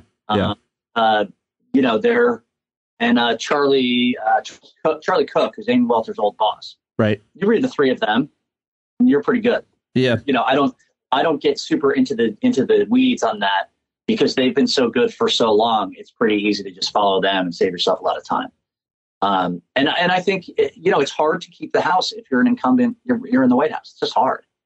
But the Republicans are going to fuck up. And they're going to keep fucking up, and they're going to keep looking crazy, and they're going to keep saying, well, you know, what did Susan Collins say today? Like, I can't see voting for Trump, but she won't just say fuck him. I'll never vote for him. Right. Somebody else did, though. Asa Hutchinson said he wouldn't support. He's a governor of Arkansas, though. But I wonder, who was I talking to last week about this? I forget everything. But the idea of the Overton window on what's an acceptable Republican nominee, going from, you used to be able to sync yourself with a piece of information that comes out, the sheriff, the Judge Joe, down in Alabama. Oh, you could say Joe Arpaio as well, but I'm thinking of the comments that were made. They would sync you. Now it seems like the crazier you are, the more support you might have. Although I do think that, I hope to think that extends only to certain parts of the country, certain districts and specific states. But you also have such changing demographics, so it's hard to imagine that you could have a Marjorie Taylor Greene running on her kind of rhetoric, and that they're going to continue to get certainly Senate seats, but I don't know. I'm not paying close enough attention, and I'm scared I'm pretty much wrong. Well, the farther away you get from a local district, the harder it is to be a fucking lunatic, right? And that's, of course, depends on the state you're in, right? Rand Paul can be an absolute fucking clown in Kentucky and get away with it, right? But if you're in, North Carolina, if you're in Georgia now, if you're in even Florida, if you're in Virginia, you can win, but it's a lot harder to win being crazy. And so I do think the bigger the district, the bigger, you get to bigger House seats in bigger states. You're in, Senate seats in probably 40 out of the states. It's hard to be a nut, but that, and if you're running for president, does Marjorie Taylor Greene win a White House ever? I think absolutely not. Unless the Democrats put up somebody who is perceived as so radical that, she's looked on as a less, Greene's looked on as a lesser evil. But I'm not worried about those sorts of races. I'm worried about getting a Trump back in the White House. That's what worries me. All right, let me talk to you. Sure. Yeah. Let me talk to you about Russia, Ukraine. Okay. And just want to have a conversation before we get to talking about this. Can I call it a regional conflict, Bill? Can I call it a regional conflict? Yes, only in the sense, though, that it's the most dangerous region to have a big war in the world. Okay, fair enough.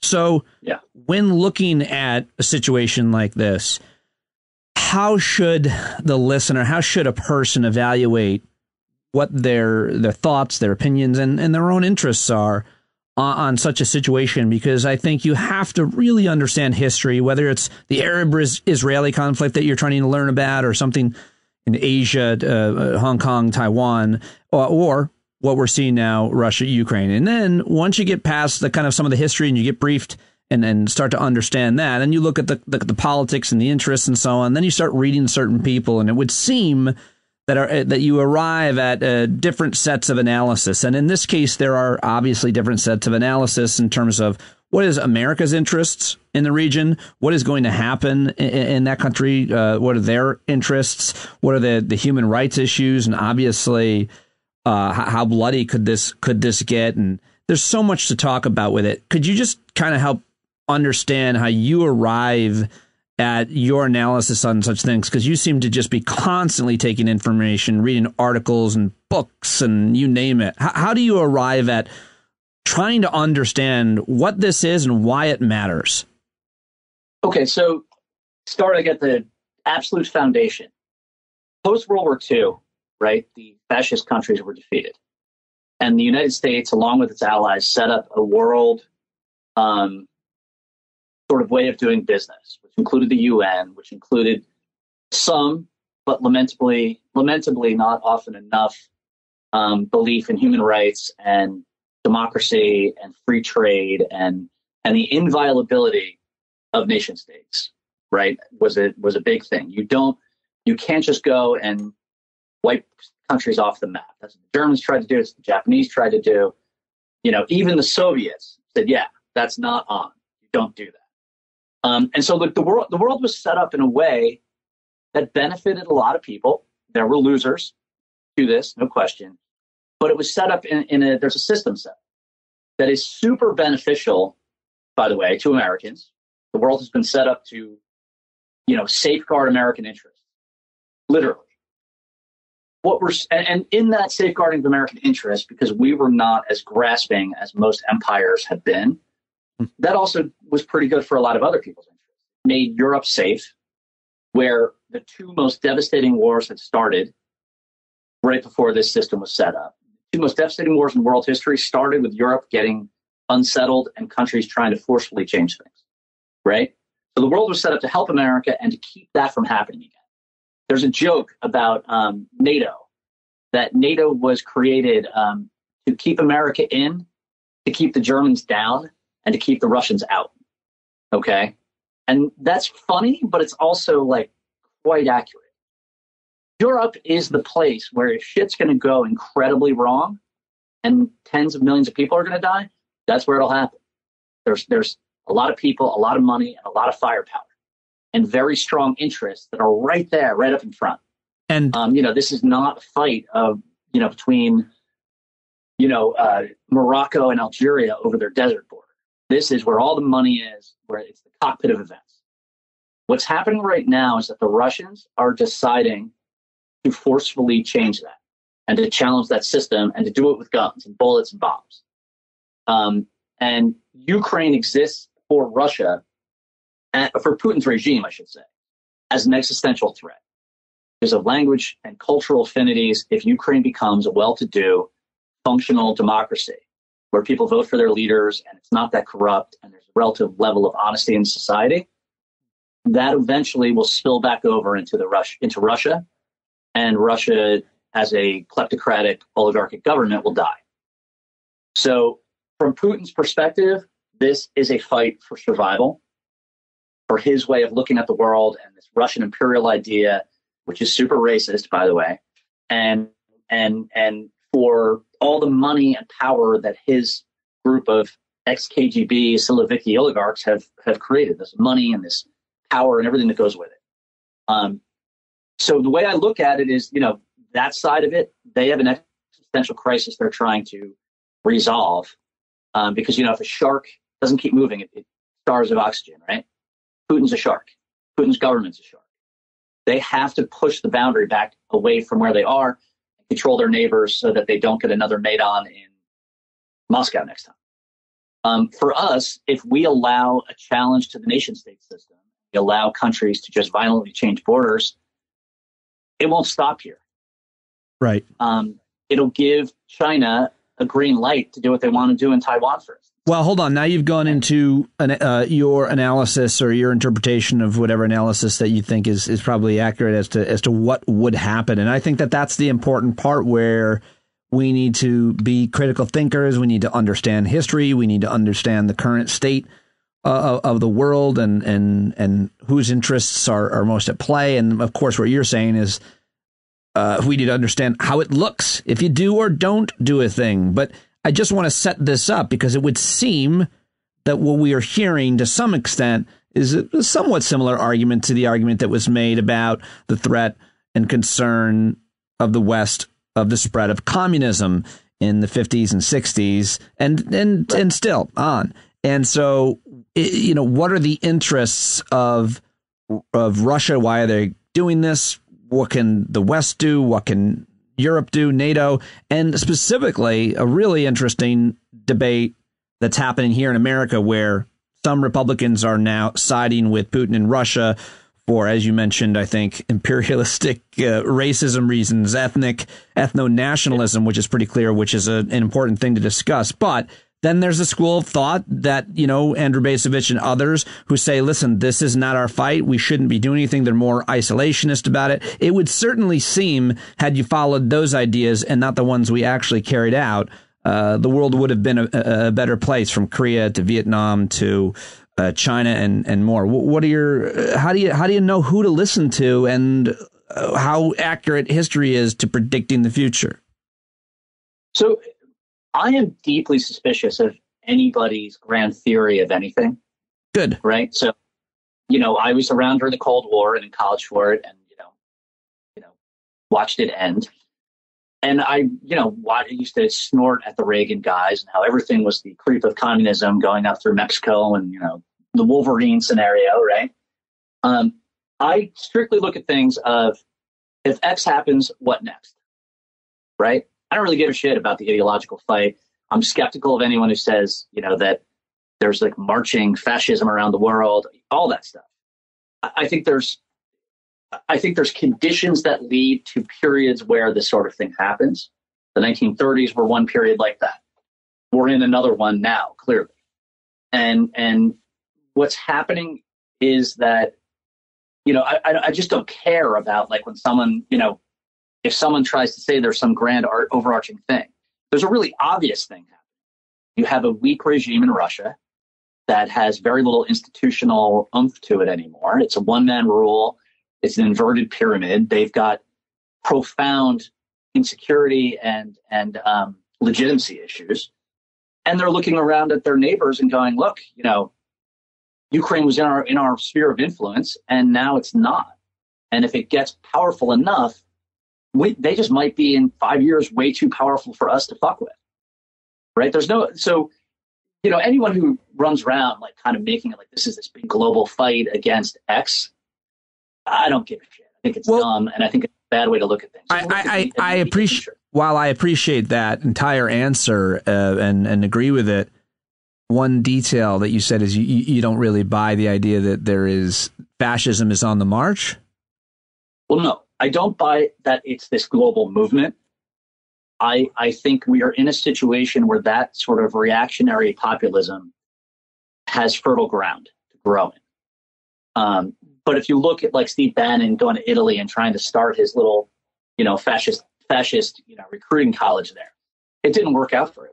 Well, I don't know if it didn't work out. I think round one may have looked like a failure, but the seeds were laid, and you can go from Italy to Germany to Norway, of course, and Sweden. You can see in New Zealand, but more importantly, fascism seems to have arrived in several countries, including our own. And it's at my board meetings. They're banning books and changing words. Sure, but if you look at what's happening, not to get too far down this road, but I think that a lot of things that are happening in the U.S. right now are things that were there already. I don't think much new is happening. I think the reason, the Bolshevik Revolution and communism had its heyday, that was partly conditional, but it was also because it had this like amazing ideology that Marx and Engels put together to power it, and that kind of was the right ideology for the moment. But I think that's a really rare occurrence. Really? I think. Hold on, Bill. Glenn Youngkin got elected on CRT. Sure, and now it's falling apart.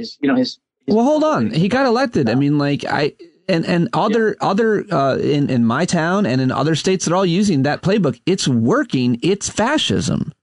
Oh, sorry. What are you making, tea? Now, I dropped my kid is an Aikido, and his wooden katana is next to my desk. Oh, I was wondering what made that brilliant noise. It did sound like a weapon. Yeah, it was like a nice little clang, wasn't it? Sounded like a weapon. Yes, it sounded like you dropped. Anyway, I was attacking your theory. Oh, yeah. So basically, as I said, it's not that what he did. No one was talking about CRT fucking 2 years ago, 18 months ago. All this, and by the way, if you look at the frequency of searches and all that stuff, this stuff peaks at election time, and then no one talks about it, basically, until the next election. That's sort of American politics. It's always something every cycle that the Republicans pull out. That's their dog whistle to get. I know, but it works to get them elected right now. And if they get elected right now, everybody's saying it's over. Yeah, that's not new though. That is a standard thing in American politics that happens every cycle. Yeah, I mean, I know the Sharia, the caravan, but it helps them. The caravan, whatever. But it helps them win elections, and it does seem to me to be I feel like you're not giving enough weight just to the argument about, where fascism is and how it's growing. Well, so I don't think we're really disagreeing, because let me put it this way. Fascism in any given country always arises from the particular conditions of that country, right? It's like a Volkish return to a core of our culture and our birth and our blood and all the things that really matter to us, because we're, the fascist idea is that we're unique, right? We represent some sort of distilled version of the nation.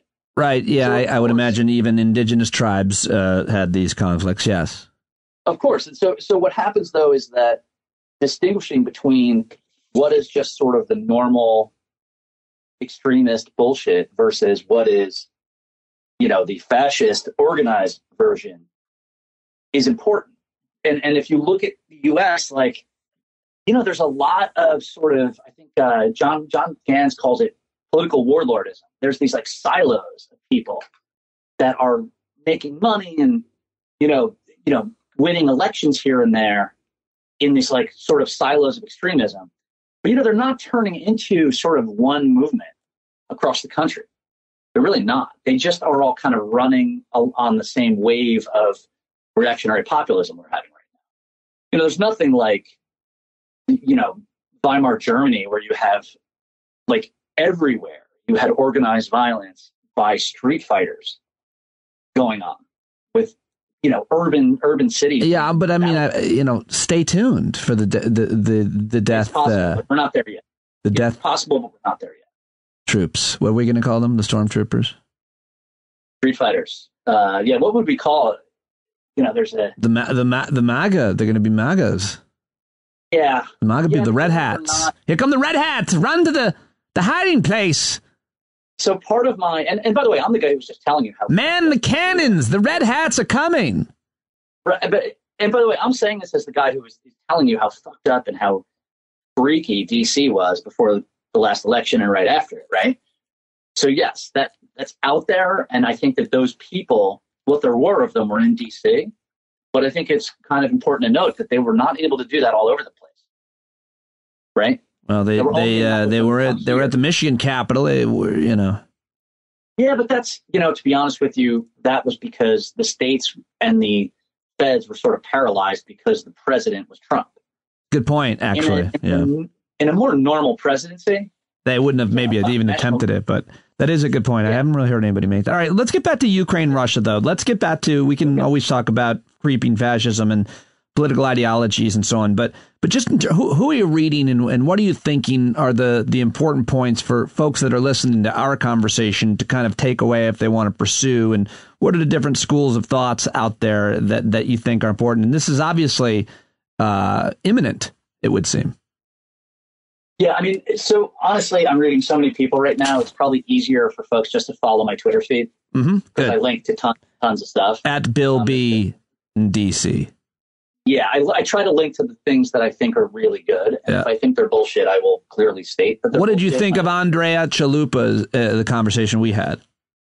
I thought she was very good. Yeah. As you know, sometimes I'm not a fan, but I thought that conversation was quite solid, well-informed. She really brought up a lot of things that most people don't think about. Like her scorn that she poured on the Russian idea that Ukraine and Russia are like one nation is really good to hear because it's so true. Right. And you don't hear it enough. Right. I felt the same way.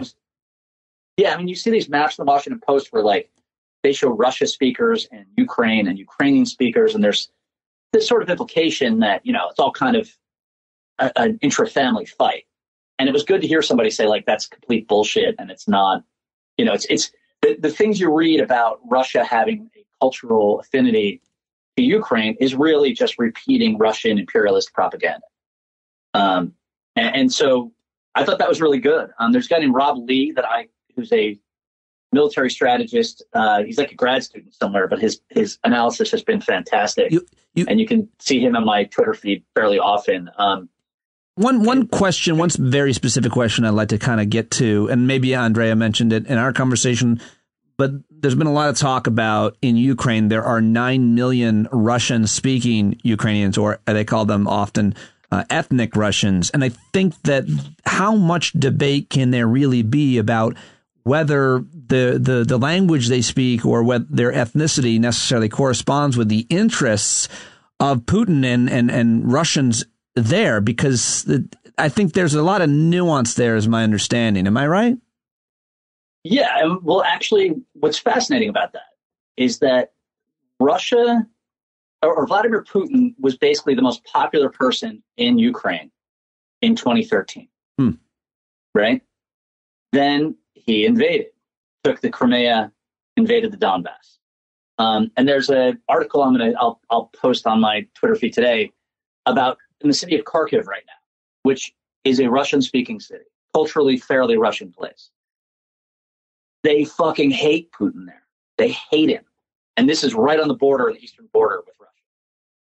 Putin and Russia, by behaving the way they did, effectively destroyed the affinity of a lot, or the allegiances of a lot of Russians back towards, Russia as a state. They destroyed it. Those Russians in the eastern part of Ukraine, most of them are getting ready to fight Vladimir Putin's army. Right. It's so that sort of thing of like people look at language. I mean, shit, look at Ireland. Most people in Ireland speak English. They don't want fucking England conquering Ireland, and they never did. That's a good point. Right. So that's one of those, like, the media sucks because they in that way, because they sort of take this fact, pull it out of the air and say, this explains something. It doesn't. Those Russians in the Ukraine, many of them could have moved back to Russia if they loved Russia so much. Well, if anybody would make that's also a good point that I stepped on. But if anybody would have made the simple point that you just made about a history, an example, Irish, English-speaking Irishwoman, as a great point, which is why I love talking to you here on this show, which is your main show, your main outlet for your punditry outside of Twitter. But you pay better than everybody else. Yes, I do. I pay with scorn and random brief visits. Really, it's you paying me.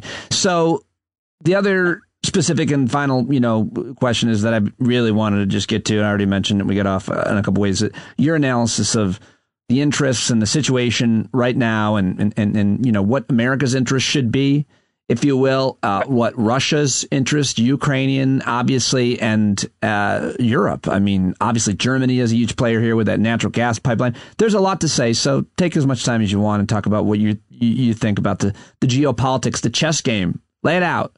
Sure. Who's the rook? Who's the bishop? I'm gonna shock a lot of people who don't read my stuff, but the Biden administration is doing a really great job of seeing that question quite clearly and controlling how this all works and how it's all playing out, which has never happened to Putin before. Every American president before Biden came into office with some illusion about who Vladimir Putin was. Biden's the first one in Putin's experience to come in knowing he's a son of a bitch and a bad guy.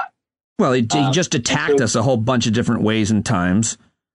Yeah, but every new American president would come in and say, we're going to do a reset. Or George Bush would say, I can see his soul through his eyes, or whatever fucking crazy thing he said, right? Like, Biden came in and said, this is the guy who tried to destroy me and my son, right? Like, very different approach. And they clearly see our interests in this, which are Europe is a place where Russia has historically tried to dominate the eastern half of it, that the Russian government is trying to destroy the state system globally, meaning that, whoever has power can just change borders whenever they feel like it, right? And that wars in Europe tend to get out of control and tend to pull the rest of the world in, right? So they are taking this fully as seriously as they should. And it's funny because you'll read, particularly on the sort of right wingers who are like the trad Catholic right wing and those sort of weird, not necessarily pro-Trump, but sort of America firsters. Is they're going, oh my God, the Biden administration is making such a huge stink, and the media is jumping on this, et cetera, et cetera. The Biden administration is doing that for a reason. Putin hates it that it's now front page news everywhere because he would like to just quietly be able to get away with it. But because we're putting so much attention on it and banging the drum so hard, we're making it very clear what he's doing. He can't hide behind this, like, well, if he makes up a provocation, no one's going to believe it, and nobody can get away with believing it. So the Biden administration sees that our you sure about that? Oh, I mean, he can do it, right? But it's the Germans, for instance, are not going to say, maybe not. The Germans, who don't want to be involved in this much, are going to toe the line, and that, by the way, is a thing that is indicative of how serious the interests here are. The Biden administration is basically telling the Germans and the French, look, you can try other things. You can come up with other ways possibly to give us an off-ramp from all of this.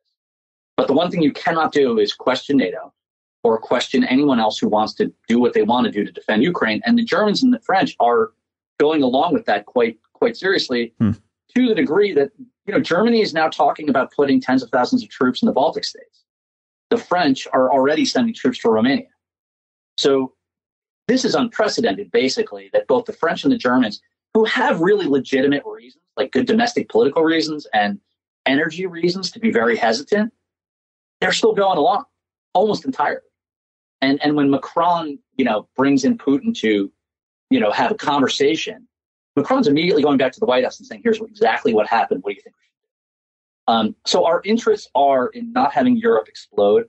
Our interests also are not in letting Russia, as a kleptocratic, dangerous state, become an empire again, right?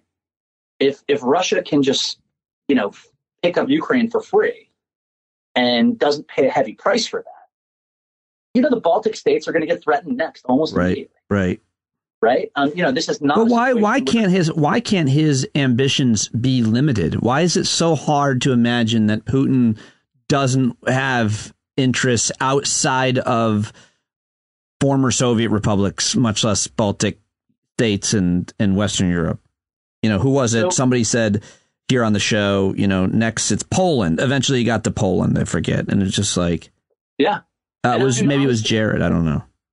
That's exactly what will happen because, you don't get to be the autocrat in a violent state run by ex-Secret Service guys who are now trillionaires by not being paranoid, right? Russia has this ideology, and it is very ideological for them, that they have to control what they call their near abroad. Otherwise, the American tanks are going to be rolling through Moscow now. Yeah, so let them control their near. Let them control their near abroad. They're not going further than their quote near abroad. Well, their desire to control their near abroad meant that they imposed incredibly corrupt and fucked up governments on Ukraine to the degree. Remember, they poisoned the Ukrainian president, try to kill him. No one's saying it's going to be pretty.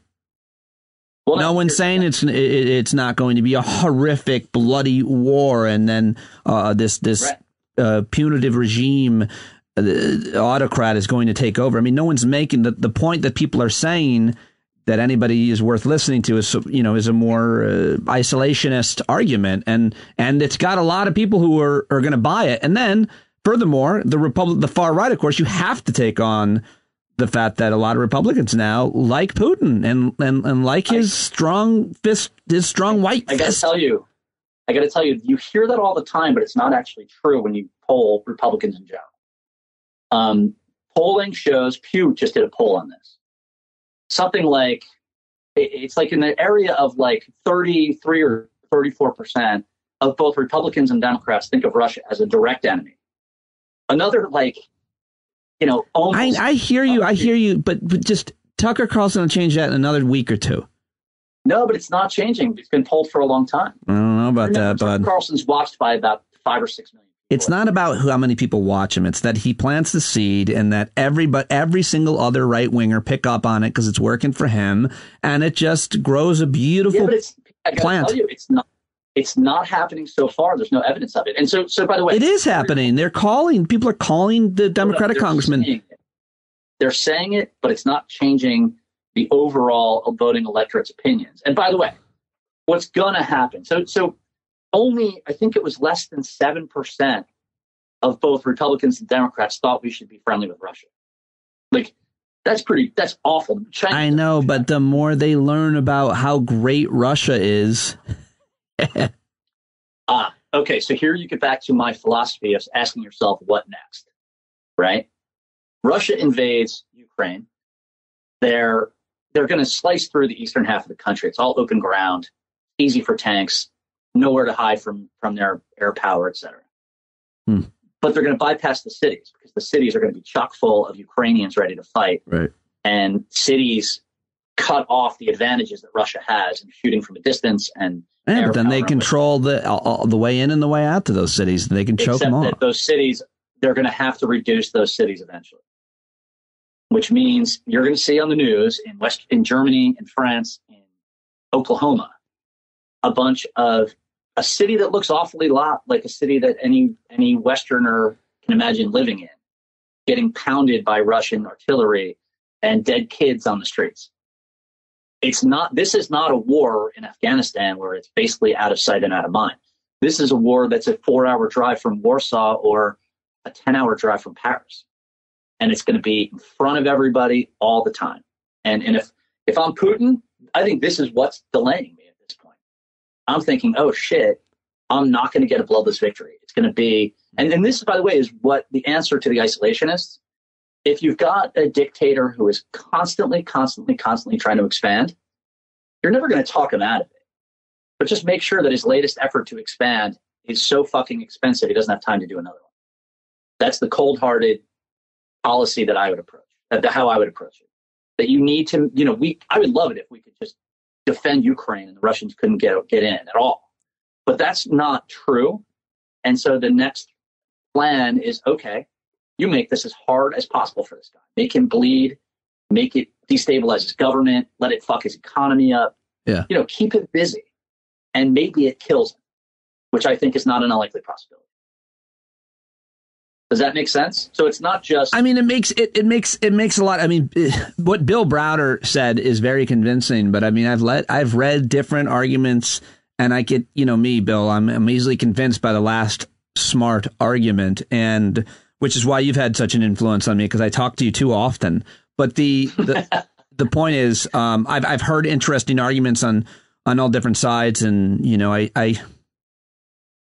I feel I mostly just always come back to what is most imminent, which is my concern for the people of Ukraine who are just like my family and my daughters and your family and your son, and they are about to potentially be, killed or starved or tortured and all kinds of terrible things. And that's just what I always come back to. I worry so much about that. And I hope that's everybody's main concern. And unfortunately, I feel like the Russian public won't ever get a true depiction of what's happening because of the way the media is so controlled there.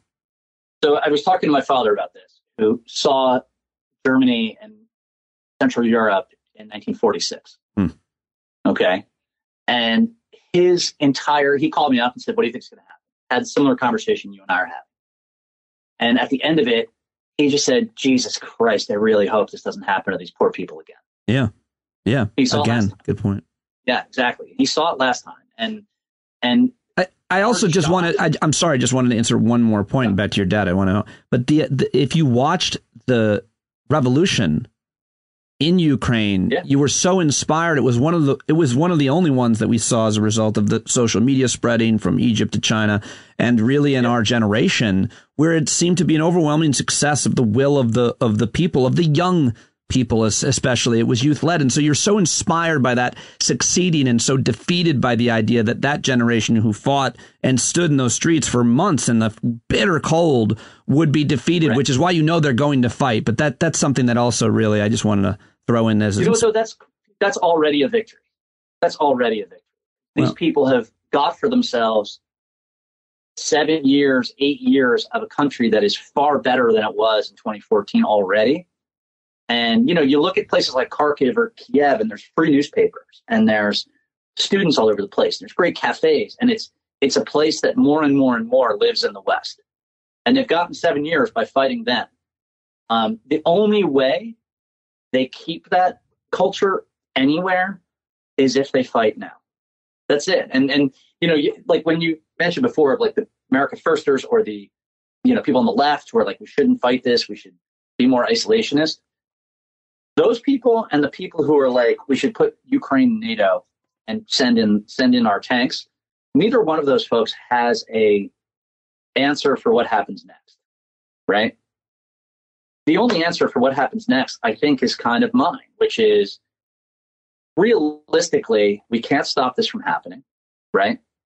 And realistically, Russia's not going to go away. And realistically, the Ukrainians are going to fight no matter what we do, and they deserve the country they want, right?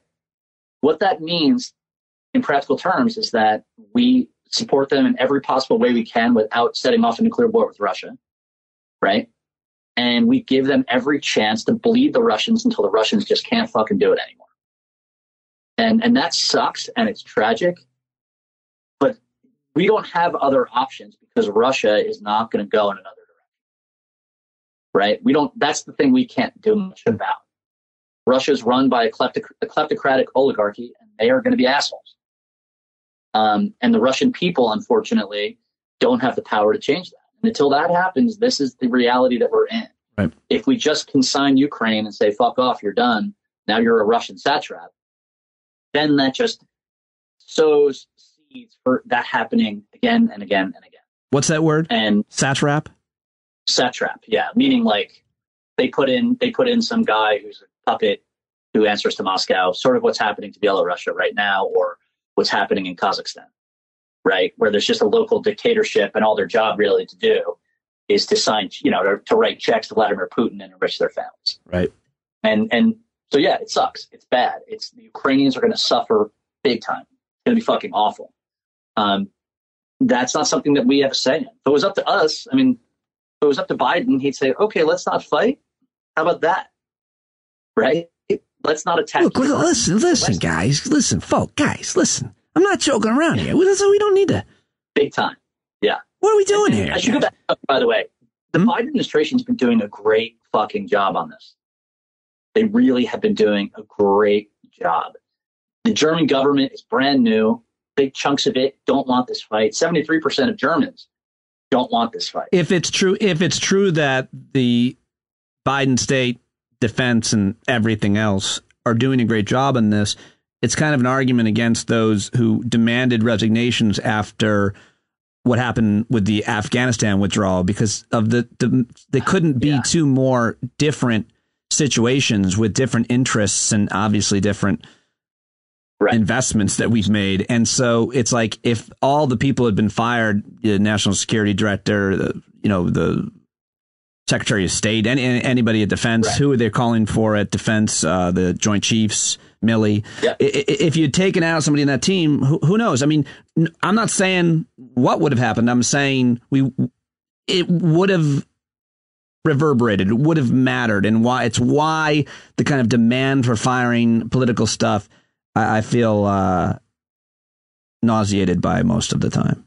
Well, yeah, and that stupid fucking canard about Afghanistan drives me crazy, because the reality is, did they handle Afghanistan really well? At first, no.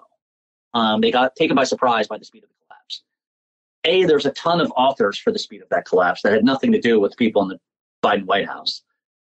B, when it went south as faster than they had been told it would, they then got, I think now at this point, it's 170,000 people have been evacuated from Afghanistan. Like, they've stuck with it, continually getting people out ever since. Did one of the biggest airlifts of refugees, in fact, the biggest airlift of refugees in world history. They accomplished that. So was it shitty? 100%. Were they really in control of a lot of what happened? Not at all. And they reacted to it a little belatedly pretty well. The other thing about Afghanistan, by the way, that I cannot resist saying, is the idiots who tell you, Afghanistan fucked up American credibility, and that's what's encouraging Vladimir Putin. I don't know if that might be encouraging Vladimir Putin. If it is, he's an idiot, because they would have been better off with us still in Afghanistan to attack Ukraine. Right. Because America would still be, our attention would be divided, our airlift assets would be divided, our military would be juggling more than one ball, and we would also have supply chain issues of getting supplies into Afghanistan. The other thing that's so stupid about that is that we were in Afghanistan when the Russians attacked Georgia, and when the Russians went into Syria and did various other things. There's no realistic example of Russia going, oh, the U.S. is in Afghanistan, so whoa, those fuckers are credible. That is you're probably going to hear that type of argument be made in the American media panel conversations. And there you go, ladies and gentlemen. That is an airtight point about how you can look at that one any way you look at it. That's a stupid point to make. And then, also there's the argument that I think is really important to take on, which is how China sees what the U.S. does vis-a-vis Russia, Ukraine. Yeah, so China, it's funny because China's whole policy forever has been no violent military intervention in other countries, ever, right? They've done it once or twice themselves, but that has always been their sort of thing. They're obviously, let's just be kind and say, downplaying that relative to what's happening with Ukraine right now. They just did this wolf warrior diplomacy bullshit of saying, you know what? Maybe we need to talk about Taiwan. That's not real. That's just let's fuck with the Americans while this is like a scary situation. But I'm generally not a fan of the X happens and that'll encourage Y. But what Putin's trying to do with Ukraine is a real huge departure from what's been considered to be acceptable since 1945. It's a big departure. This is a unique situation, basically. And that is something that I think rises to the level that, for China, they're going to, if we just let it go and say, okay, fuck it, no big deal, then they're going to look at Taiwan and say, okay, to the Taiwanese, like, if the Americans wouldn't do anything about this huge thing that happened in Europe, do you really think they're going to help you? Right. And again, you can overstate this stuff, but it's, and I think that this isn't about credibility, by the way. That's a bullshit thing that isn't real in foreign policy. It's just a question of the Chinese looking at it as power in power terms. Why is credibility bullshit? Because countries don't look at this nebulous thing called credibility and go, they have it or they don't. They look at what their opponents can do and whether they think they will or will not do it relative to the interests that are endangered or not. Right.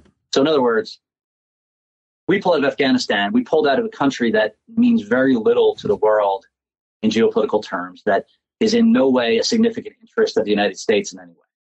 We were there basically voluntarily for the fuck of it. And we weren't defending any vital interest to be there. So pulling out of there, actually, instead of it being like a bad thing, it was the United States saying, why are we wasting our blood and our treasure and more importantly, our military, disbursements on something that has almost no effect on our power in the world. Right.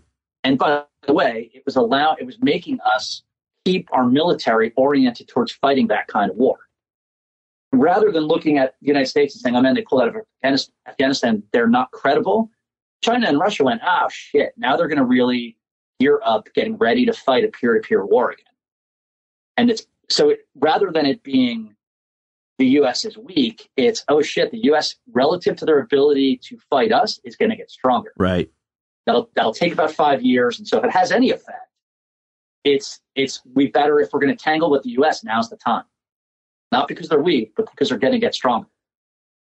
It's interesting to make the point, which you made so well and somewhat simplistically, about the kind of variables that they look at with each player in terms of the question you were answering about credibility and why it matters. Because I wonder how China, everywhere, Iran, Russia, looked at Trump and his administration's credibility, seeing him hire people from like television and seeing what his background, they in a weird kind of way, it must have been confusing, would be the simplest word, because of the way that he handled things with foreign nations and the way that obviously he certainly cozied up to dictators. It must have been, in terms of credibility, in terms of unpredictability, there must have been a lot of disarray, a lot of arguments and capitals, European capitals, Asian capitals all around the world about what is this guy going to do? What will he do? Well, I suspect that they had a very binary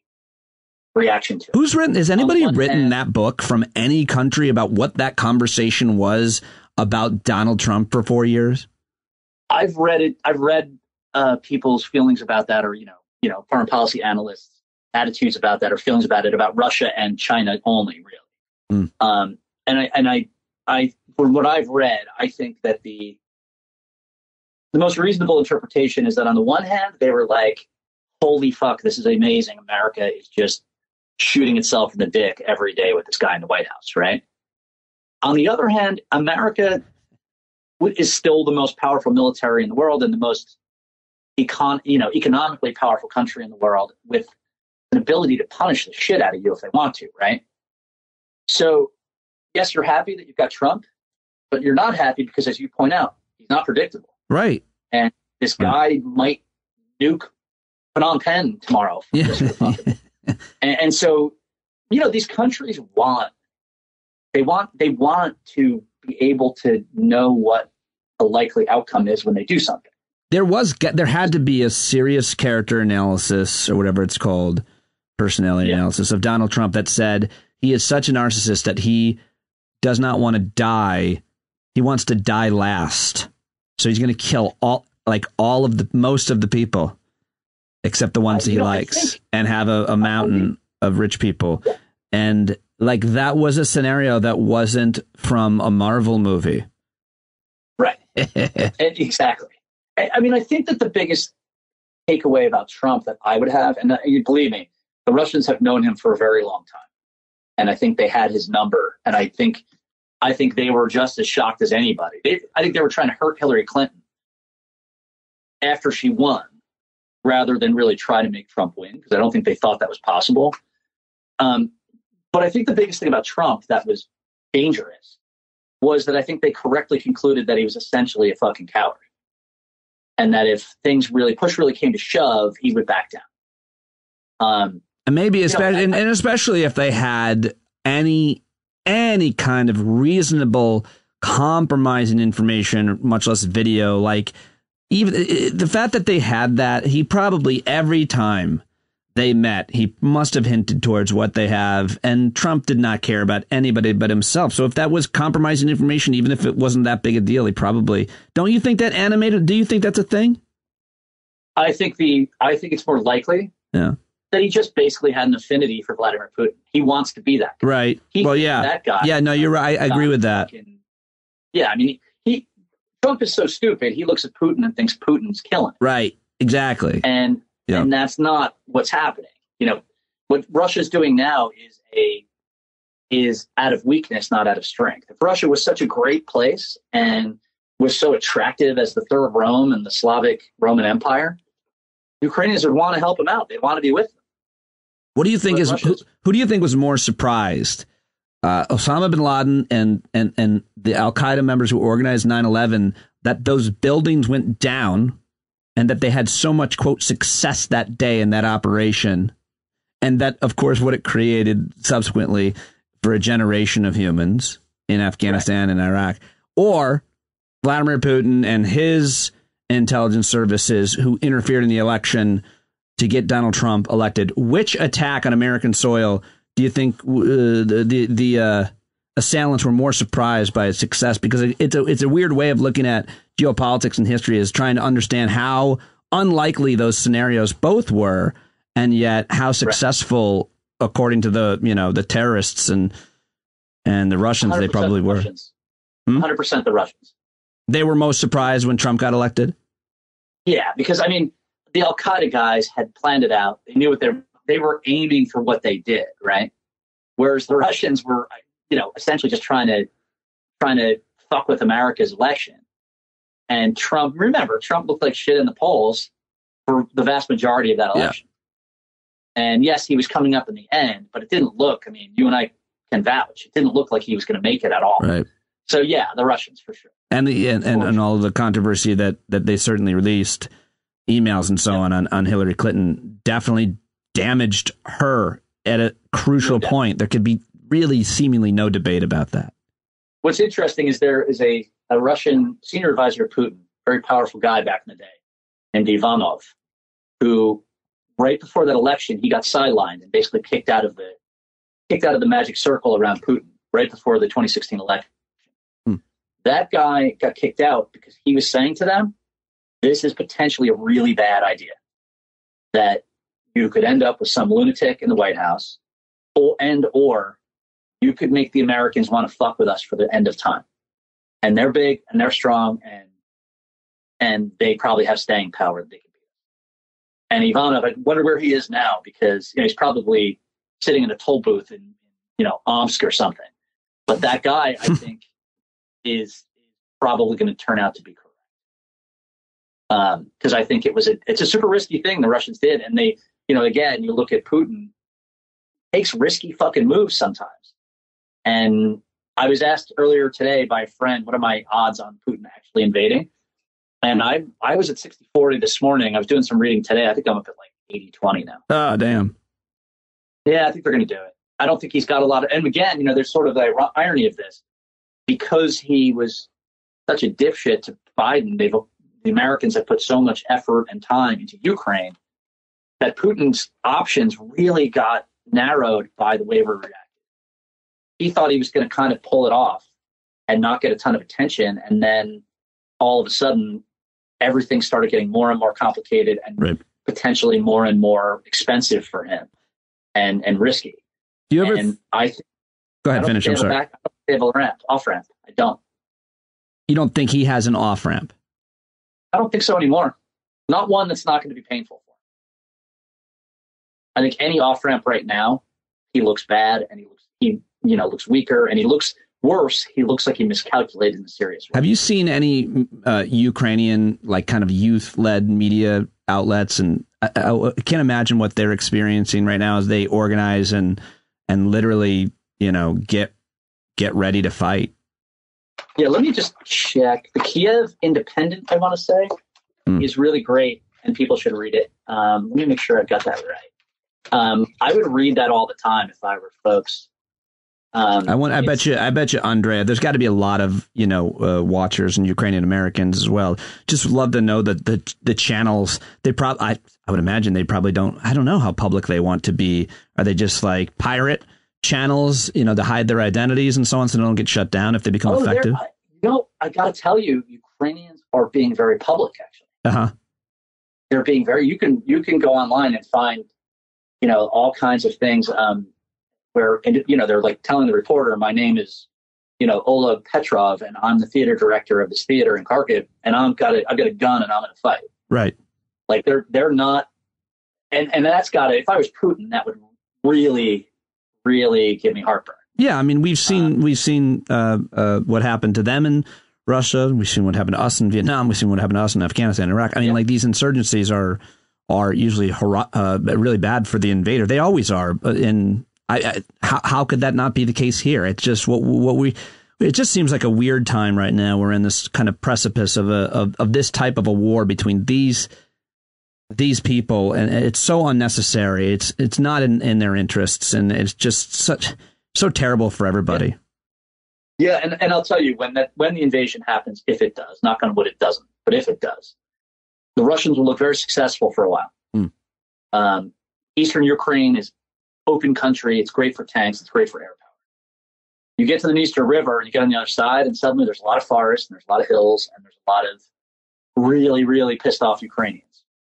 And even if they manage to conquer the entire country, there's already like 6 million Ukrainians who live in Western Europe, probably double that. And you're going to have 10 million people who are more than happy to be smuggling arms across the Moldovan border. And I just think it never ends. I think it never ends until Putin's dead and the Russians are out. Oh, really? You don't think that there's some kind of military victory possibility for Russia? There's a military victory in the short-term, small sense, yes. They will take over a certain piece of land, but they won't take over the cities or Kiev. Or I've heard analysis that they will, and he'll put in his guy.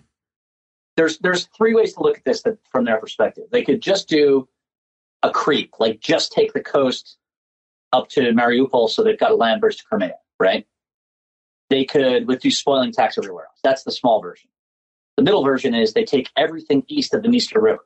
So everything east of Kiev and a huge river that runs through the middle of the country, which is the open part of the country where there are Russian speakers, more Russian speakers, et cetera. And then the third option is they take it all.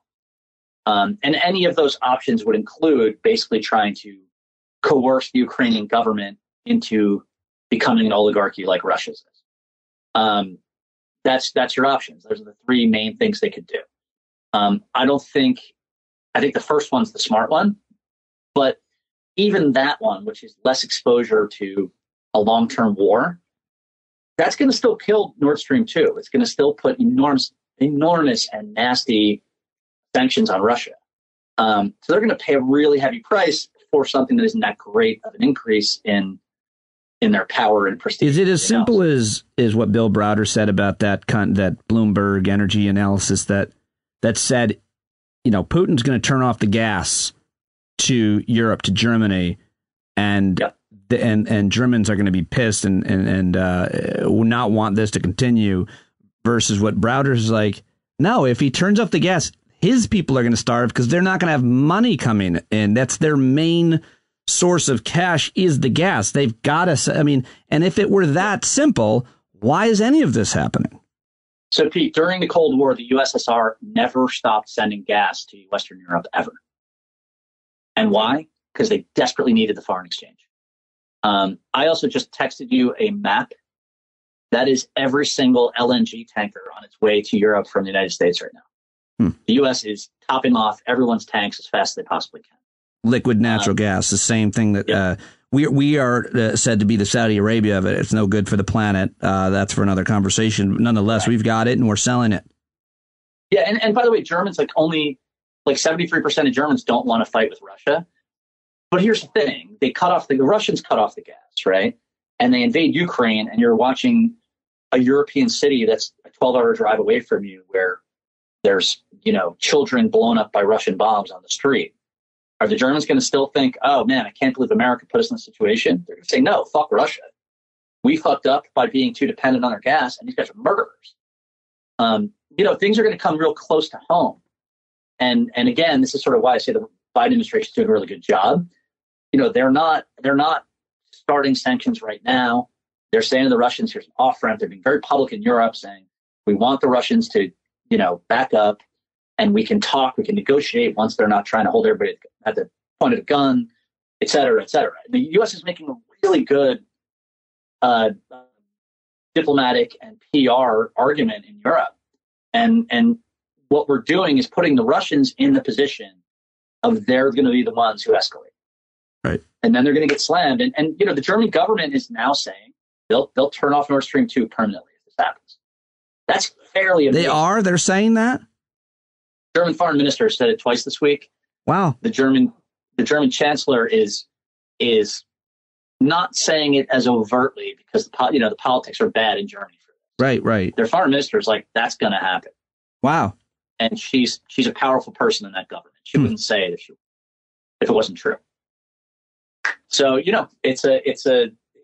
I'm actually very happy with how the Biden administration's handled this. And I think if this does not turn into blood and tears, it's going to be that they stop this from happening. Yeah, it's interesting. And if they do indeed, if this does not happen, this invasion doesn't happen, they will never get the kind of credit they would had they, won a war and there was a victory parade and all kinds of propaganda, because you can't really prove a negative and you can't really get the kind of political credit, and it doesn't serve anybody. Nobody gives a shit about the unrung bell. The unrung bell. Nobody cares. I'll give you a great example of that. Love him or hate him, George Bush Sr., HW, handled the end of the Cold War, which could have been an utterly nasty, awful thing. And then he lost re-election in the next election. Handling the end of the Cold War is utterly amazing to have done it without any wars breaking out. Right? And he managed that. That's pretty amazing. And it barely gets a mention. I'm going to go look up historians and analysts and see if they share your opinion, because I don't accept that. Oh, it's nuts. I don't know what I'm talking about.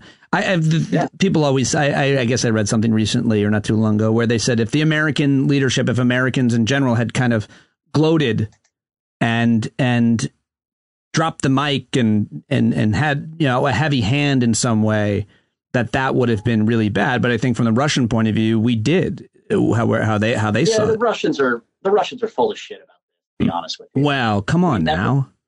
Exactly. We never promised to not increase NATO because NATO doesn't work like that. It's not like NATO goes to countries and says, hey, do you want to join? Countries apply to join NATO, and NATO has had since its beginning a rule that if someone applies to join and we approve and they fit all the criteria, then they have the freedom to join. But we have to approve and they have to fit the criteria. It was never we're going to go and ask people. It was always they can come to us and ask, and then we'll. So the idea that NATO is, that they were promised that is complete bullshit. Also, NATO is very obviously a defensive alliance. The Russians are not honestly worried about, NATO launching an offensive from Estonia to Moscow. It's never going to happen, and they are quite sure it's never going to happen. They have nuclear weapons anyway. It's not a thing that, even if NATO was aggressive, it's not a thing they need to worry about. They're freaked out because their country is unstable and run by dictators who are terrified of the Maidan happening in their backyard. That's it. Right. Well, I can't argue with that or much of what you said, even when I try. But if there's some point that Bill made or I made during this conversation, you listened to it and you enjoyed it, you disagreed, we'd love to welcome you into the conversation, and you can tangle with the bull that is the boil. And jump on me on Twitter and, yes, curse me out. I love that. Get on there. He loves to tangle on the Twitter at Bill B in DC. That's where you can find him. He also is a trained boxer. But he punches like an old school Irishman, which I don't know what that means. I think it means you're going to get knocked out. It means no technique at all. That's what that means. Okay, that's what I was getting at.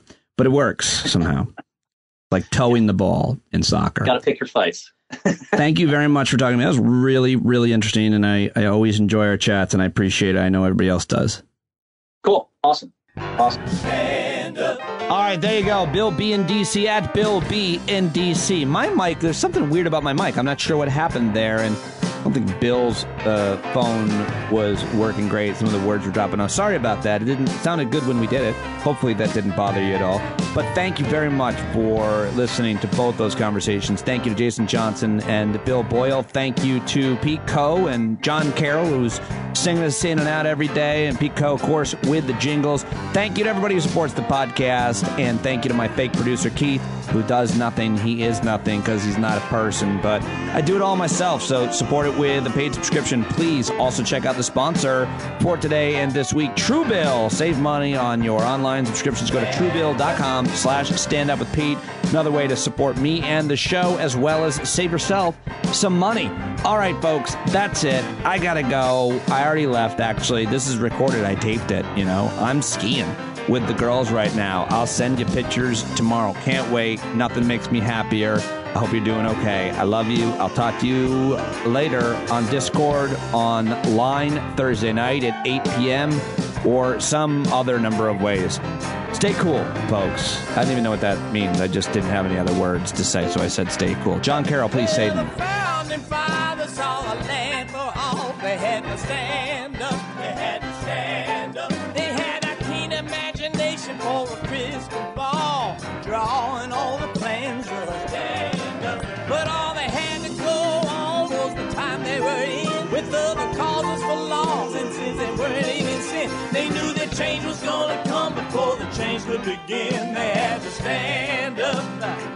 All right, they had to stand up. We got to stand up. We got to look the devil square in the eye. We gotta let him know it's his time to go, and make it clear when all we hear is a lie. Why you lying awake wondering where the money all went?